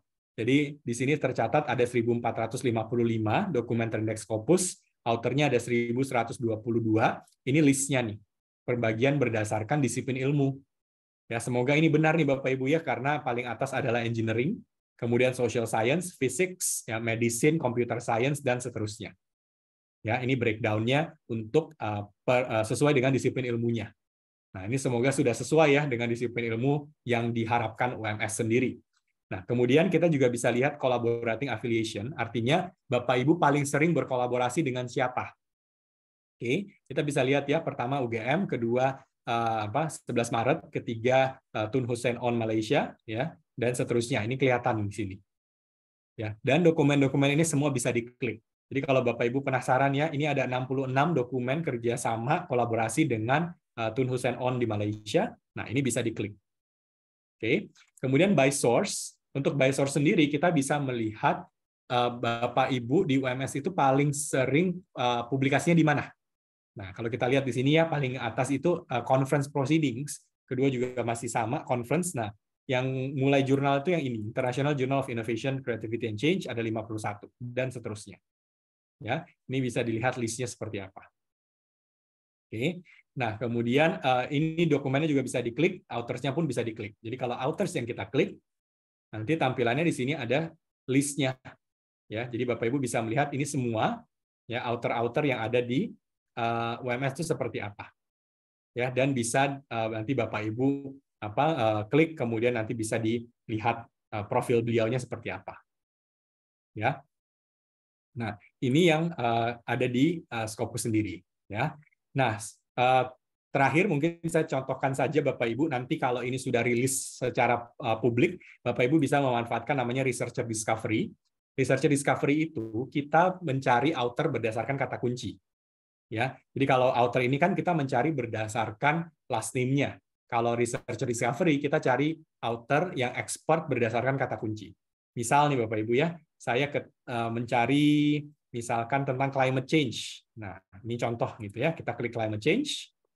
Nah, nanti Scopus akan mencarikan ini adalah author-author yang paling banyak publikasi terkait dengan climate change. Ini nama-namanya ada di sini. Kita bisa cari dari negaranya juga. Misalnya Indonesia gitu ya. Nah, ini kalau kita klik, beliau-beliau ini yang paling banyak publikasi terkait dengan climate change. Kemudian di sini bisa kita urutkan, misalkan dari jumlah matching documents, apakah dari H-index, ya, dan sebagainya. Oke, jadi kita bisa melihat bahwa ini adalah beliau-beliau yang sekali lagi ya, kita pakai kata kunci tertentu, nanti dicarikan expertnya siapa. Ya, ini semoga segera rilis karena ini akan sangat berguna juga ya untuk Bapak Ibu lebih gampang mendapatkan author untuk diajak kolaborasi atau untuk jadi reviewer, ya, atau mau jadi co-editor jurnal juga silahkan, ya. Jadi itu ya Bapak Ibu pemaparan tentang Scopus. Ini anggaplah ada mainan baru, terutama untuk para peneliti gitu ya, karena datanya tuh banyak sekali. Ya, apa yang bisa Bapak Ibu lakukan di Scopus itu luar biasa, banyak gitu ya. Mau cari jurnal silahkan, mau cari artikel silahkan, mau melakukan evaluasi kinerja untuk dosen silahkan gitu ya, mau melihat arah fakultas sudah benar atau tidak berdasarkan data di institusi ya, monggo gitu ya. Jadi memang banyak sekali yang bisa Bapak Ibu manfaatkan. Ini sekali lagi sudah dilanggan ya, jadi silahkan dimanfaatkan semaksimal mungkin ya, jangan sampai ini aksesnya kan sama ya dengan mereka yang ada di Harvard, yang ada di Yale gitu ya. Ini akses Bapak Ibu ini sama persis nih. Ya, jadi kalau basis datanya sudah diberikan, ini tinggal bagaimana nanti Bapak Ibu melakukan strategi-strategi untuk penelitian ya, untuk publikasi ataupun untuk kebijakan-kebijakan lainnya. Gitu ya. Jadi semoga yang dijelaskan cukup bermanfaat. Nah, mungkin sekarang kita bisa ke sesi tanya jawab ya. Seperti itu Bapak Ibu. Terima kasih. Ya, baik. Terima kasih Bapak Jang, dan hampir 1 jam saya juga nggak bosen dengerinnya. Banyak hal baru yang mungkin saya terlupa saat di sesi-sesi sebelumnya tentang Scopus ini. Jadi kalau ada pertanyaan dari mahasiswa atau khususnya dosen itu kadang suka bingung gitu Bapak Johan. Baiklah, kali ini kita ada 4 penanya. Mungkin bisa di-share Mas Wahid atau saya bacakan saja. Yang pertama dari Bapak atau Mas Ahmadi ya. Ya, beliau sangat intens. Kayaknya tertarik untuk ini mempublikasikan tulisannya. Jadi yang pertama pertanyaannya adalah untuk jurnal yang discontinue, khususnya yang lebih dari 2 tahun misalkan, apakah bisa continue lagi? Maksudnya hidup lagi, seperti itu. Kemudian yang kedua, apakah kolaborasi penelitian internasional, penelitian bersama seperti itu antara dosen dan mahasiswa, terutama yang dari lintas negara, itu cenderung memperbesar kemungkinan untuk diterima di jurnal yang terindeks Scopus atau tidak?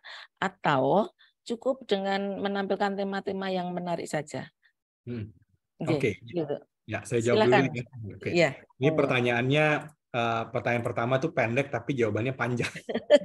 Betul. Jadi gini Bapak Ibu, discontinue itu ada 4 alasan.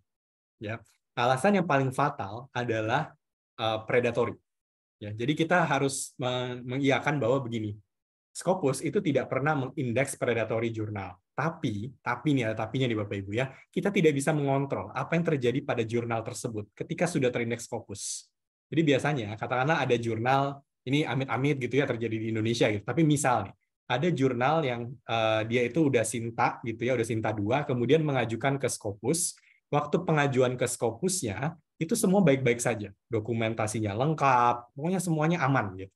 Sehingga jurnal ini bisa terindeks Scopus. Tapi begitu terindeks Scopus, yang cenderung terjadi adalah gini, jurnal itu jadi lebih gampang untuk dapat paper. Jurnal itu jadi lebih mudah untuk promosi dan sebagainya gitu. kadang-kadang manajemen jurnalnya bisa berubah. Yang tadinya baik-baik saja, kemudian menjadi tidak baik. Nah, ini yang kemudian akan didiscontinue oleh Scopus. Jadi discontinue itu sebenarnya bagus karena jurnal-jurnal yang tidak mematuhi etika publikasi itu akan dikeluarkan dari Scopus.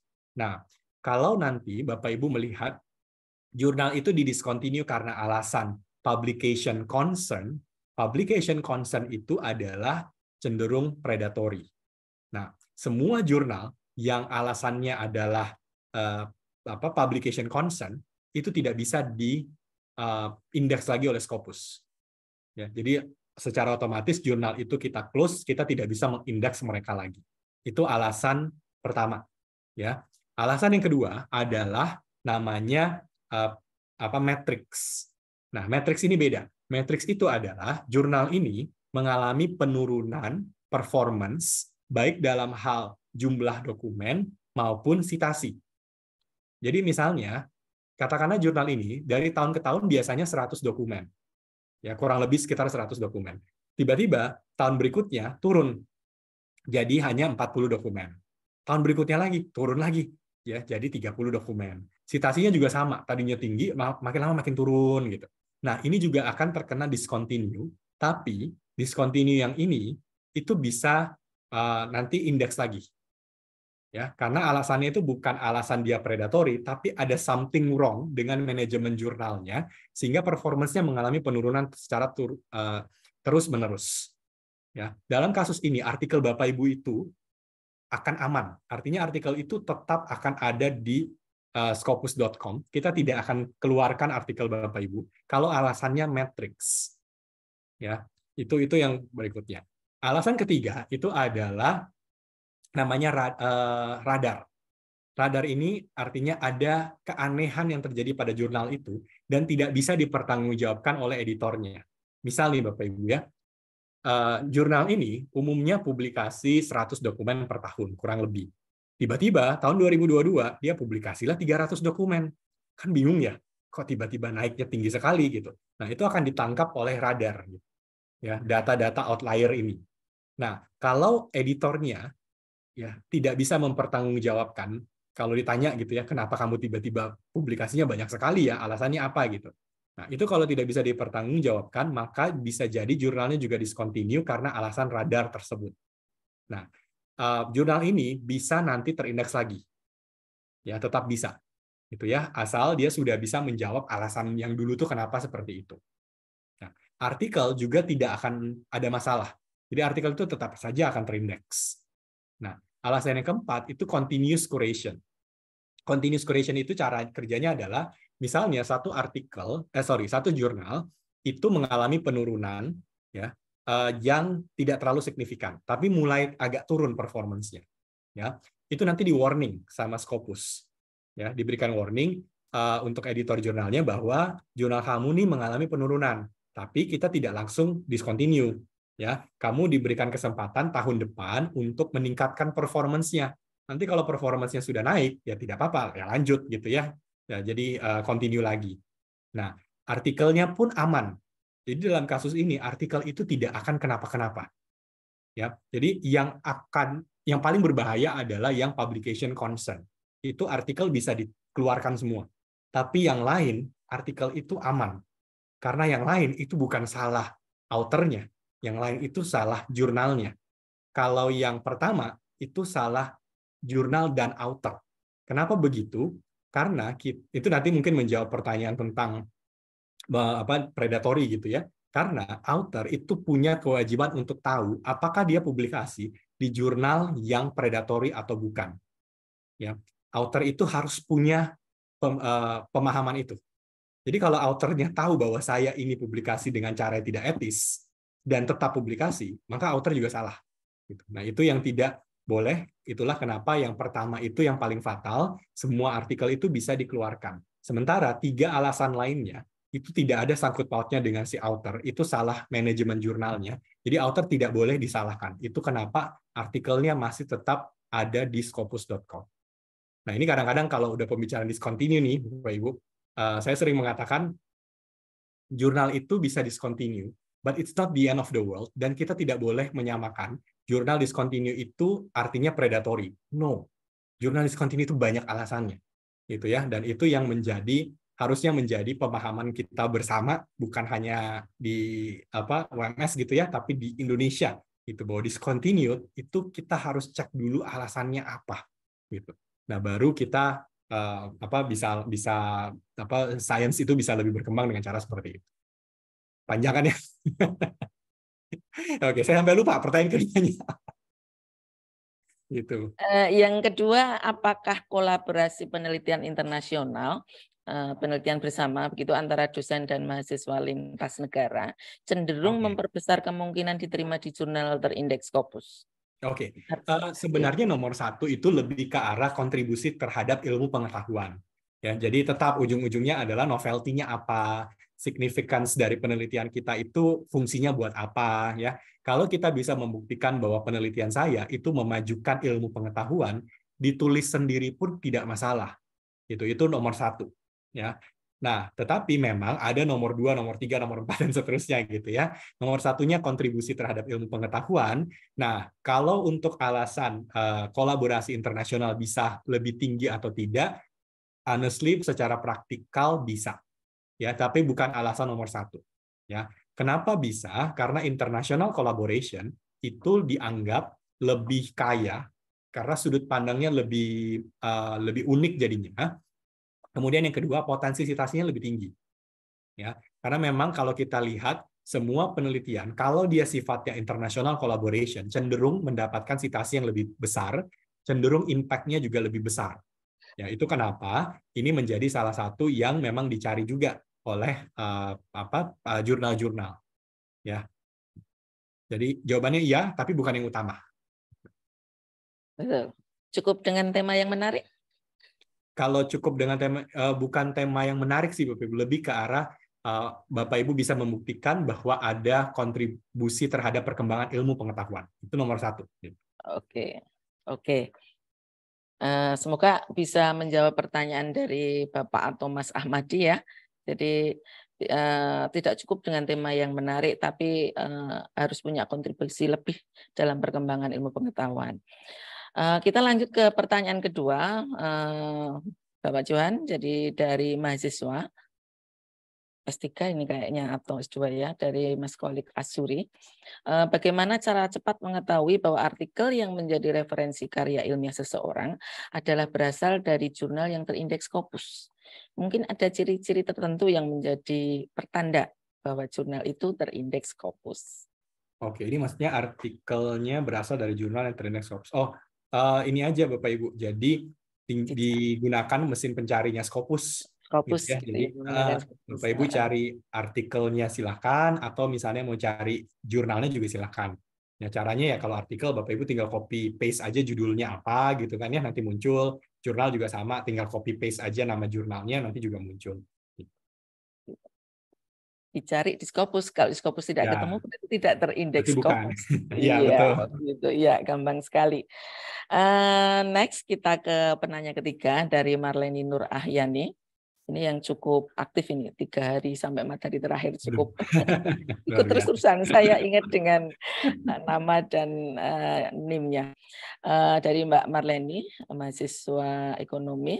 Bagaimana triksnya mendapatkan artikel yang terindeks Scopus dan bagaimana agar mendapatkan informasi mengenai jurnal yang diduga akan discontinue atau downgrade? Diduga akan ya berarti ya. Kalau untuk yang pertama ya tadi sudah ditunjukkan sebenarnya ya, jadi kita tinggal nanti searching saja di scopus.com-nya. Nah kemudian ya, itu kan semua artikelnya terindeks Scopus tuh. Jadi semua hasil pencarian kita di scopus.com akan menunjukkan semua artikel terindeks Scopus gitu. Nah itu nanti bisa diunduh asal dia open access ya. Tapi kalau artikelnya bukan open access maka kita akan diarahkan ke halaman penerbit ya. Misalnya nih kalau Bapak Ibu katakanlah langganan Springer gitu ya. Artinya kalau itu dipublikasikan oleh Springer, di Scopus itu kita kasih link ke Springernya. Jadi Bapak Ibu downloadnya di website Springer. Nah itu yang bisa dilakukan. Jadi Scopus itu pusatnya untuk semua penerbit. Jadi ada 7.000 penerbit gitu ya, termasuk Elsevier, Springer dan lain-lain lah. Semuanya ada di situ. Nah tinggal kita kelompokkan. Yang open access bisa langsung, yang bukan open access berarti harus di halaman penerbitnya. Gitu, ya. Nah, itu menjawab yang pertama ya. Kedua, untuk ciri-ciri jurnal yang akan discontinue. Yang pertama kali, yang sebaiknya jangan Bapak Ibu lakukan adalah percaya dengan website apapun selain Scopus, Bapak Ibu. Itu nomor satu yang yang harusnya jadi tolak ukurnya kita. Kalau misalnya Bapak Ibu lihat ada website, katakanlah apa ya, Bialis misalnya gitu, ya. To be honest, ya buat Elsevier sendiri gitu ya, agak aneh kalau Bapak Ibu mempercayai website yang tidak punya tidak punya authority untuk menentukan jurnal itu predator atau bukan, ya, discontinue atau bukan. Nah, kita bukan berarti Bapak Ibu tidak boleh mencari dari website lain, tapi harus memperhatikan dengan baik ya bagaimana metode yang digunakan oleh website-website tersebut untuk menentukan apakah jurnal ini akan discontinue atau tidak. Ya, contoh paling gampang kalau Indonesia itu paling sering pakai Bialis. Bapak Ibu kalau buka Bialis, Bapak Ibu, Bialis itu nggak salah sebenarnya, gitu ya. Kalau kita buka Bialis, di situ jelas-jelas di paling atas di header dari website-nya itu tertulis potential predatory journal. Jadi di Bialis itu tertulis ada kata yang sangat penting yaitu potential, itu digaris bawahi. Tapi yang sering terjadi adalah kita ke sana, kita menganggap oh ini list predatory journal. Enggak, bukan Bapak Ibu. Itu hanya potential predatory journal.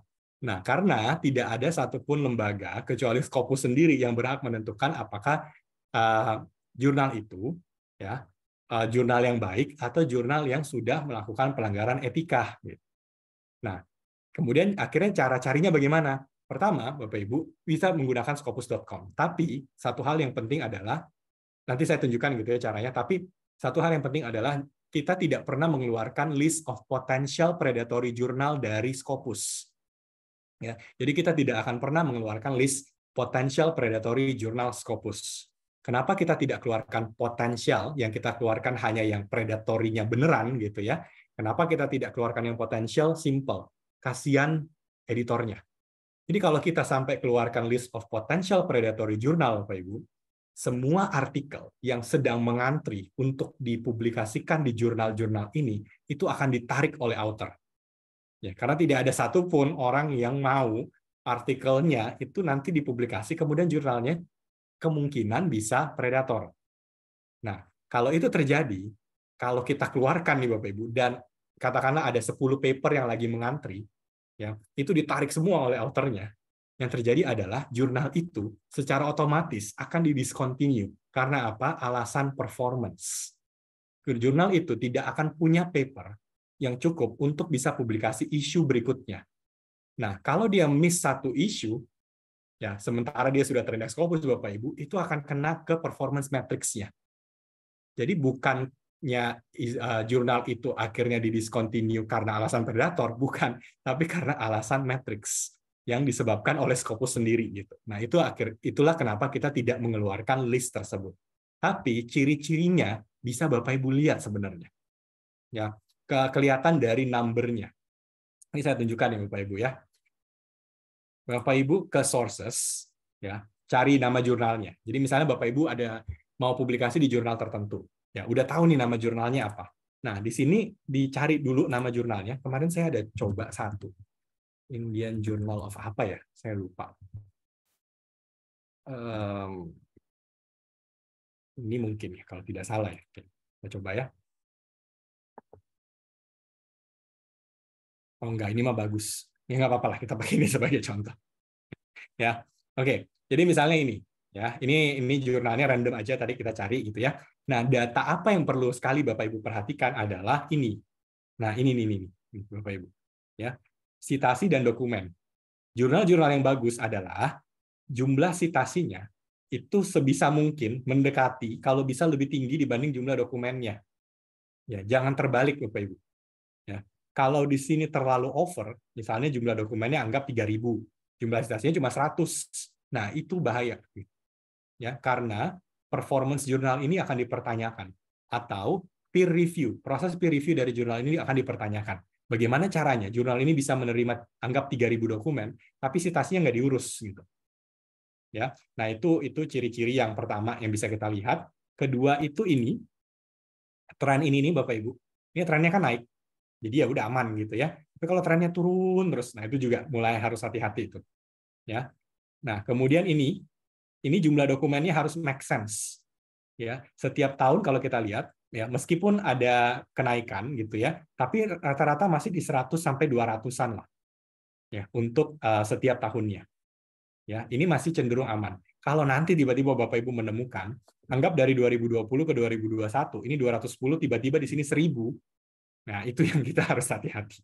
Ya, jadi memang angka-angka ini sengaja kita tampilkan untuk publik supaya kita bisa melihat bagaimana perkembangan dari sebuah jurnal dan bisa lebih hati-hati waktu memilih jurnal-jurnal tertentu. Ya, nah ini ya kenapa kemudian masuk ke sources dan memilih ini penting sekali. Nanti kalau Bapak Ibu kira-kira oke, ini masih aman lah gitu ya, baru Bapak Ibu ke website jurnalnya untuk publikasi di sana. Oke, nah itu semoga menjawab ya. Menjawab sekali saya pikir. Saya rasa Juan J. Next, Pulu-Pulu saya rasa sudah terjawab di pertanyaan yang pertama tadi. Kemudian untuk berikutnya dari Gina, dari mahasiswa S2. Bagaimana cara cepat agar artikel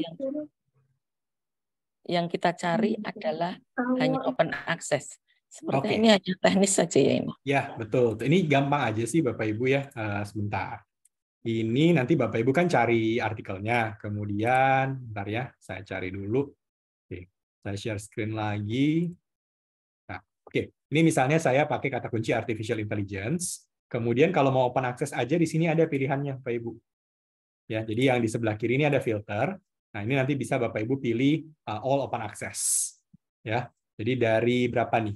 Berapa dokumen? 477.000. Ya, itu 115.000-nya open access. Ya, ini kalau kita klik, ya udah, ini semuanya bisa diunduh. Gitu. Ya. Simple kalau Bapak Ibu, tinggal filternya aja.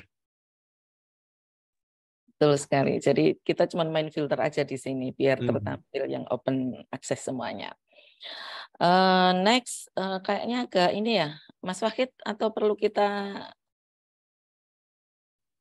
tahan dulu sebentar? Lanjut.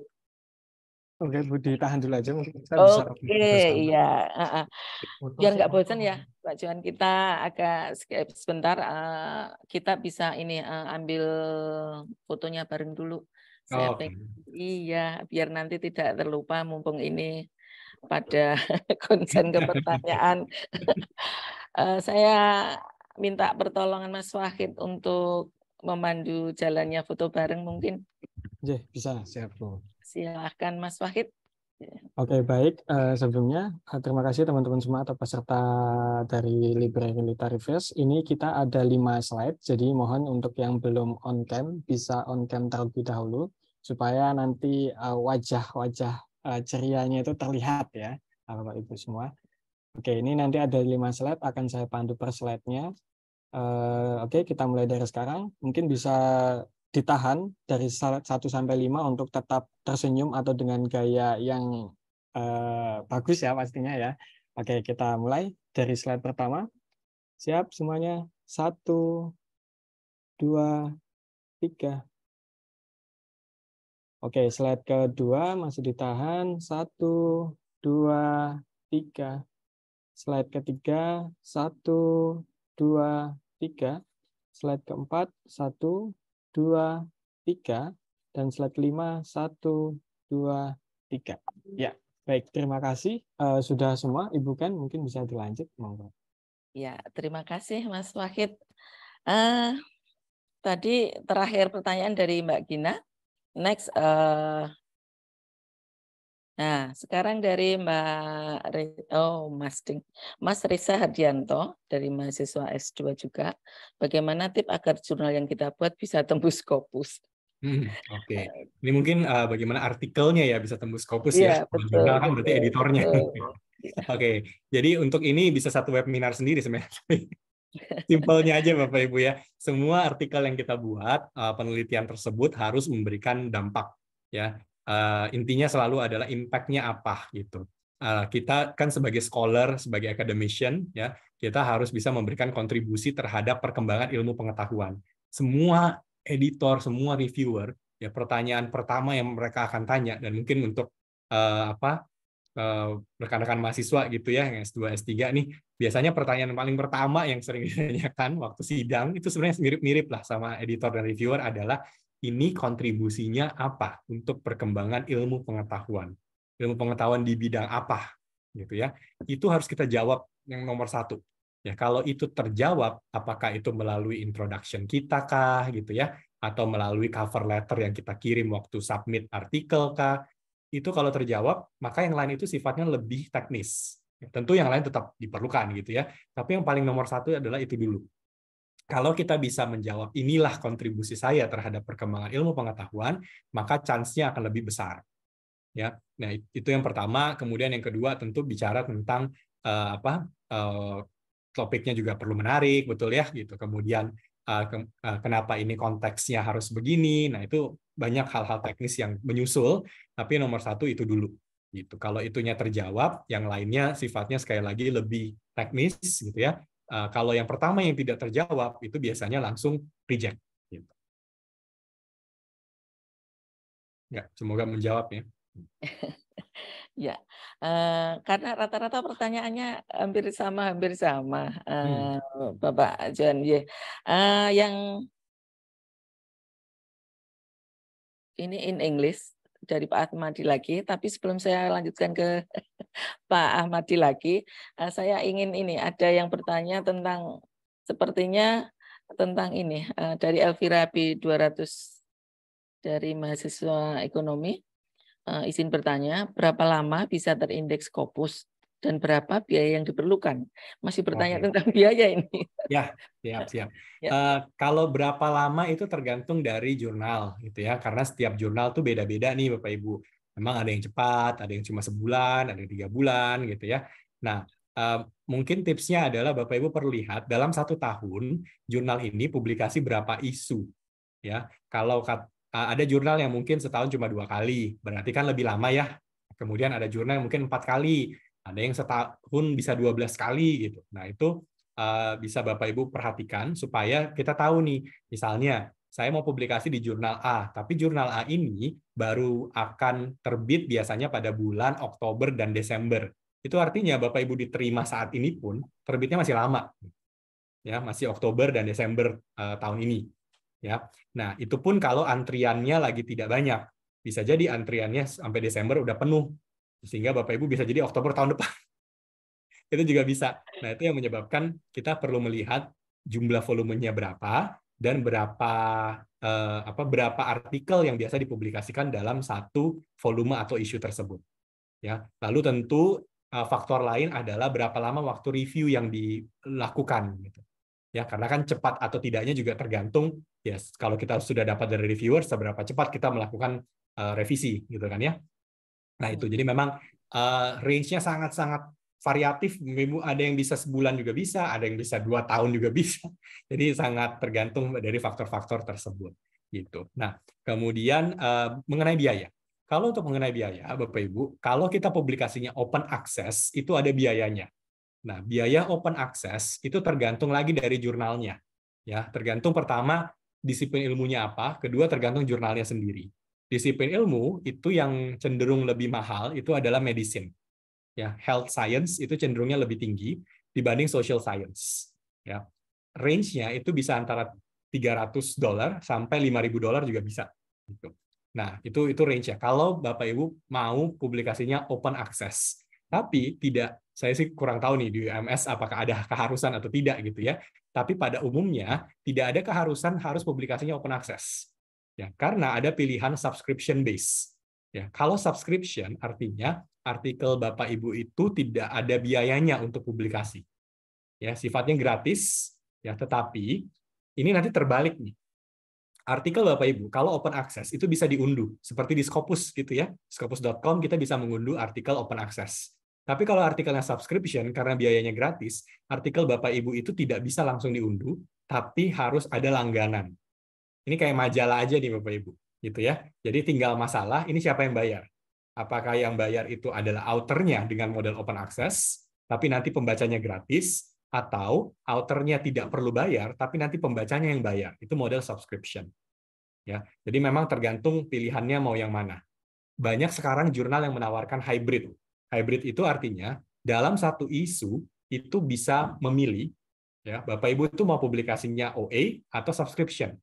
Ya, jadi dalam satu isu tersebut, katakanlah ada 10 artikel, bisa jadi 7 itu OA, 3 itu subscription atau terbalik. Ya. Nah, treatment OA sama subscription itu harus sama. Ya, bukan berarti kalau Bapak Ibu pilihnya open access karena bayar, kemudian chance-nya potensi untuk diterima lebih besar. Itu tidak boleh dilakukan ya oleh editor jurnal. Ya, nah itu prinsip penting, prinsip paling foundational kalau kita bicara science. Gitu. Jadi nanti coba aja dicari ya, tidak harus open access, banyak juga jurnal yang hybrid atau murni subscription. Oke, begitu Mbak Elvira. Next dari Mbak Elvira sudah ya. Kemudian yang dari Mbak Kiki dari ekonomi juga. Ini kayaknya ada hubungannya dengan sebelumnya. Izin bertanya, jika mau publikasi di jurnal terindeks Scopus, apakah referensi paper yang dikutip harus terindeks Scopus juga? Dan jika acuannya tidak terindeks Scopus, apakah bisa? Begitu? Jawabannya sebenarnya bisa tidak terindeks Scopus. Ini tapi ada tapinya, dan ini tapinya cukup besar nih Bapak Ibu. Kita kan waktu menggunakan referensi, tujuannya kan sebenarnya adalah kita membangun argumen. Kita lagi membangun argumen, makanya kita gunakan referensi supaya argumennya itu jadi. Gitu. Nah, yang jadi masalah itu adalah gini, kalau kita mau publikasi, misalkan di jurnal yang high impact gitu ya, jurnal yang bagus, mereka kan akan mempertanyakan kita dapat argumentasi tersebut dapatnya dari mana. Ya, kita membangun kayak bangun rumah itu bahannya apa gitu.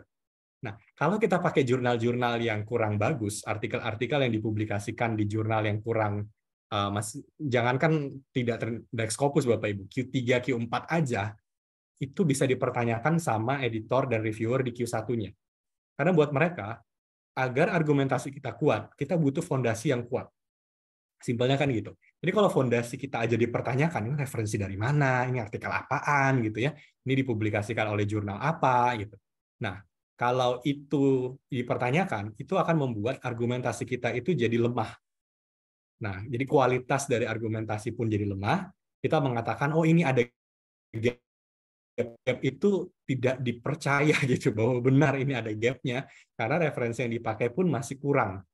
Nah, itu kenapa akibatnya Bapak Ibu itu perlu referensi yang berkualitas supaya ya hasil penelitiannya pun jadi lebih berkualitas. Jadi logiknya tuh sebenarnya di sana.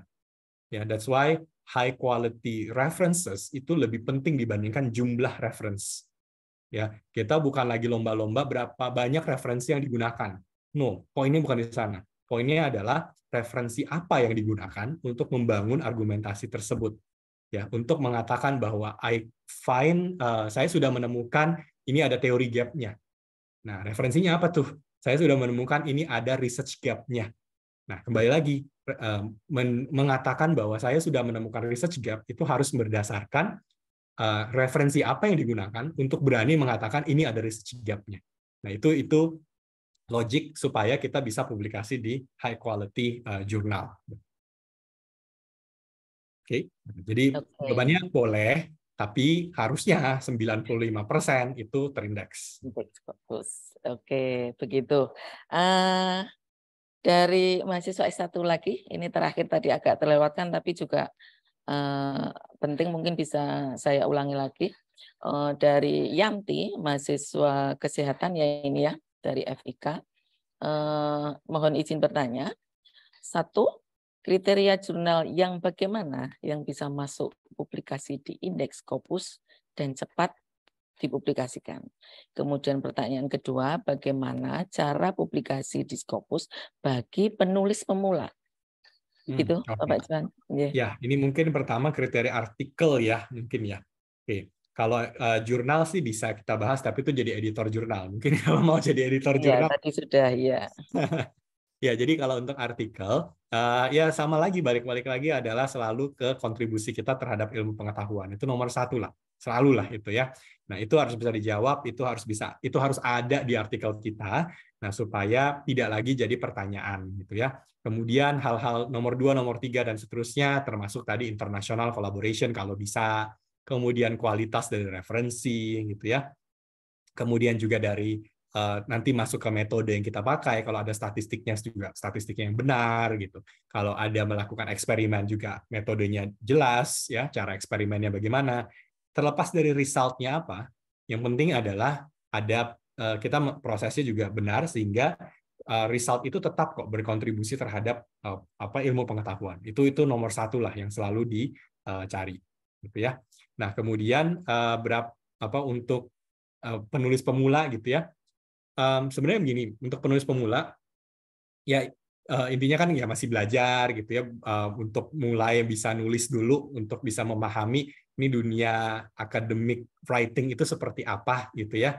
Nah, tapi satu hal adalah ya belajar sama dosen-dosen itu udah pasti gitu. Tapi satu hal juga adalah jangan terlalu berkecil hati bahwa wah karena saya masih pemula, sudahlah saya publikasinya asal-asalan aja.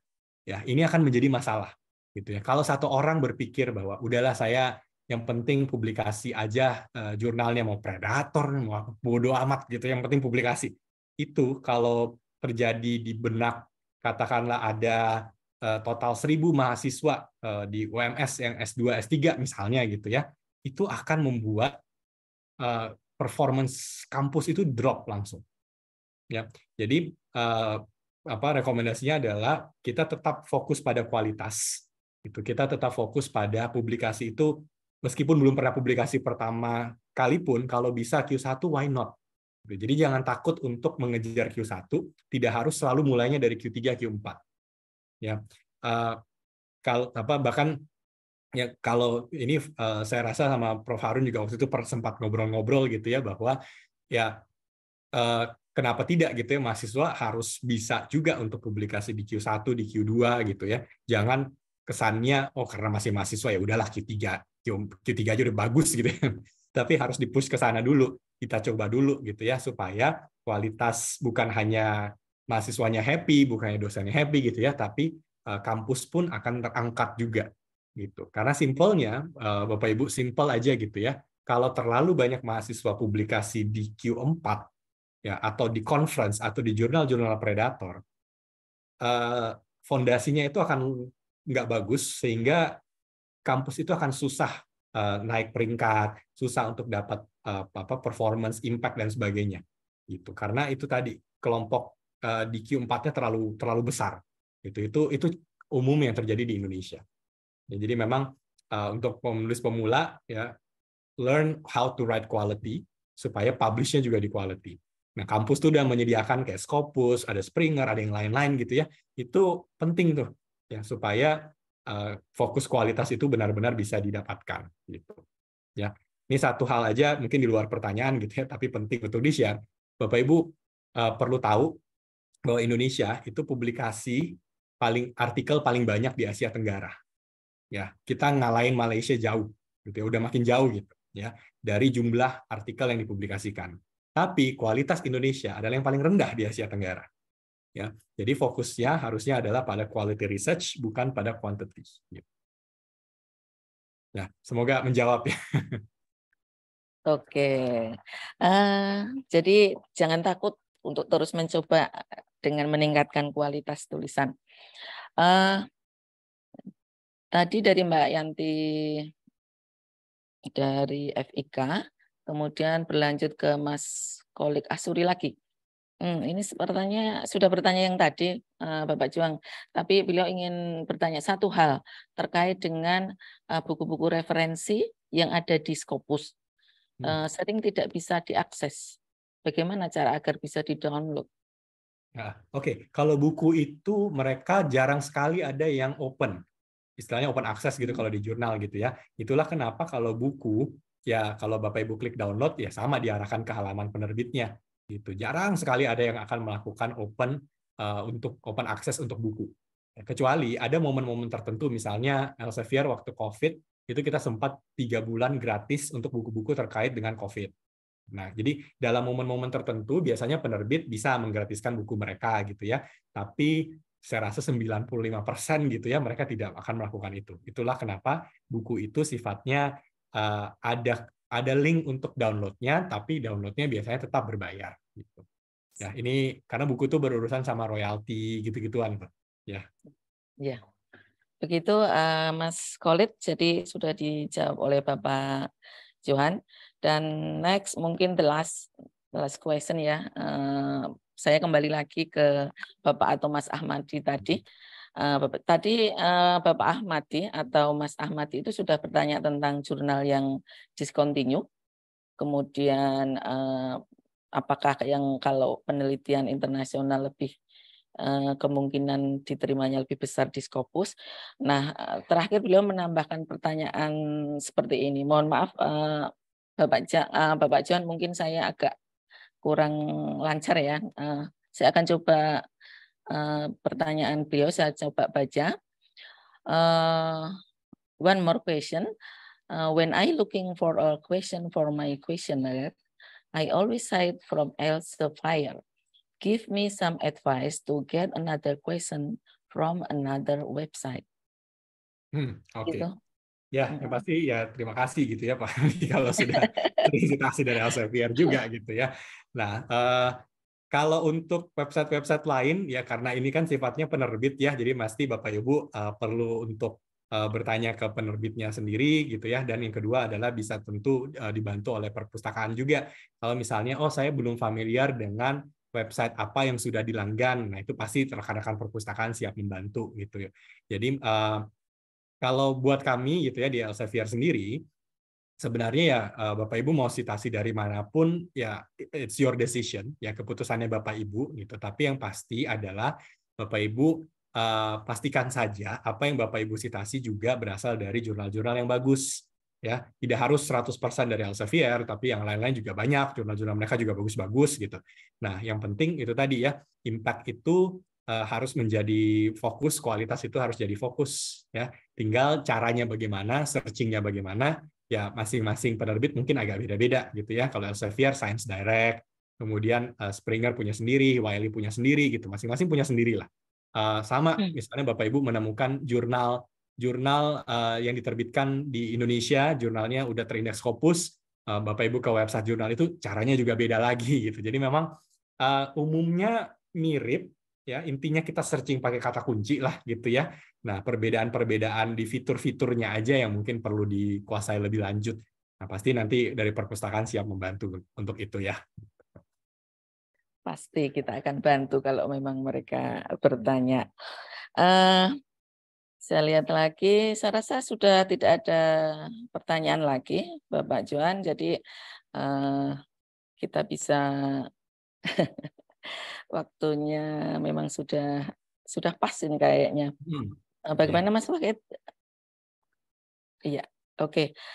Mungkin saya ingatkan sebelum kita menuju di penghujung acara, link presensi sudah dibagikan oleh panitia.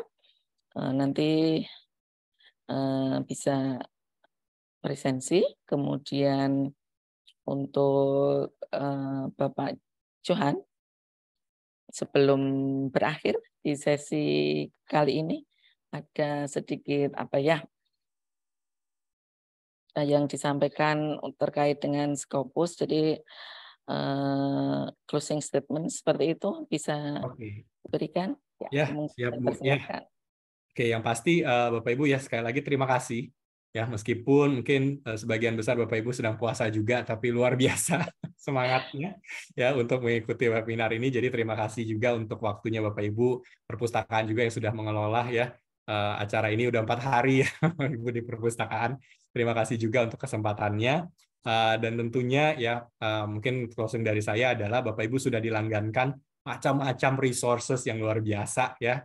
Nah, ini silakan dimanfaatkan. Jadi harusnya tidak ada alasan lagi ya cari artikelnya di mana atau ini tidak didukung oleh kampus apa enggak ya, karena dari kampus sudah melanggankan ini semua. Nanti silakan Bapak Ibu manfaatkan semaksimal mungkin sesuai dengan masing-masing seperti apa gitu ya. Dan nanti pastinya dengan berbagai macam resources ini, termasuk Scopus, kita menunggu ya Bapak Ibu bisa menghasilkan penelitian-penelitian yang berkualitas, ya baik Bapak Ibu dosen dan rekan-rekan mahasiswa. Jadi mungkin seperti itu. Ini bukan kali terakhir, jadi nanti ke depannya pasti kita ada acara-acara selanjutnya lagi ya dengan perpustakaan untuk mendukung kegiatan penelitian Bapak Ibu. Jadi terima kasih ya, mungkin itu dari saya. Ya, terima kasih Bapak Juanjang. Demikian tadi Bapak Ibu, Mbak mahasiswa dan rekan-rekan pustakawan, penjelasan yang cukup panjang lebar dan cukup lengkap, dan saya rasa luar biasa kalau saya bisa sampaikan di sini, karena A sampai Z tentang Scopus saya kembali diingatkan kembali di acara pada pagi hingga siang hari ini. Jadi sangat lengkap dan itu cukup mencerahkan untuk kita semuanya yang sudah mengikuti acara pada pagi hingga siang hari ini. Terakhir saya ucapkan terima kasih untuk Bapak Juanjang, dan aplaus yang meriah dan sangat meriah untuk beliaunya. Terima kasih atas pencerahannya, semoga itu bisa bermanfaat untuk kami semuanya. Terima kasih. Kemudian untuk Mas Wahid, saya persilakan untuk menyampaikan apa tadi sudah disampaikan ya. Oke, ada baik. door prize untuk peserta penanya. Ya. Monggo. Baik, terima kasih Bu Ken atas waktunya. Oke, ini untuk peserta atau teman-teman webinar. Jadi kita ada door prize. Berikut ini adalah pemenang door prize dari 6 penanya terpilih ya.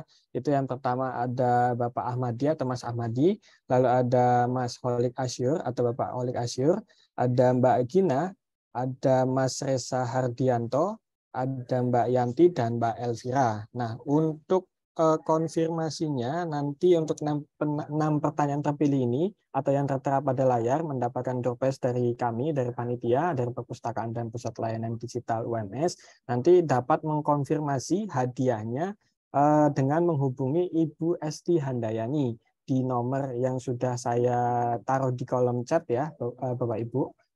Jadi dimohon untuk konfirmasi kepada Ibu Esti Handayani untuk 6 pemenang ini. Baik, mungkin cukup itu bukan yang bisa saya sampaikan. Terima kasih. Baik, terima kasih Mas Wahid atas penyampaian informasinya. Saya ucapkan selamat untuk 6 penanya yang sudah memberikan pertanyaan-pertanyaan terbaiknya, dan silahkan menghubungi Ibu Esti Handayani di 081328556999 untuk mengkonfirmasi kehadiran pada siang hari ini atas hadiah yang sudah didapatkan. Saya rasa itu yang bisa saya sampaikan.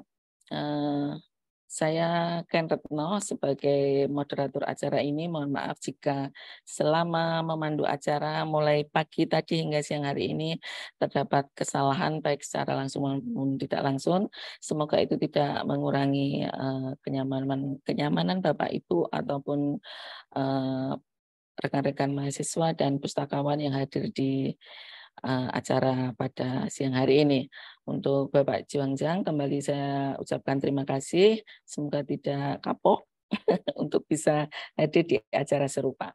Baiklah, itu saja yang bisa saya sampaikan, semoga bermanfaat lebih, dan terakhir saya sampaikan wassalamualaikum warahmatullahi wabarakatuh.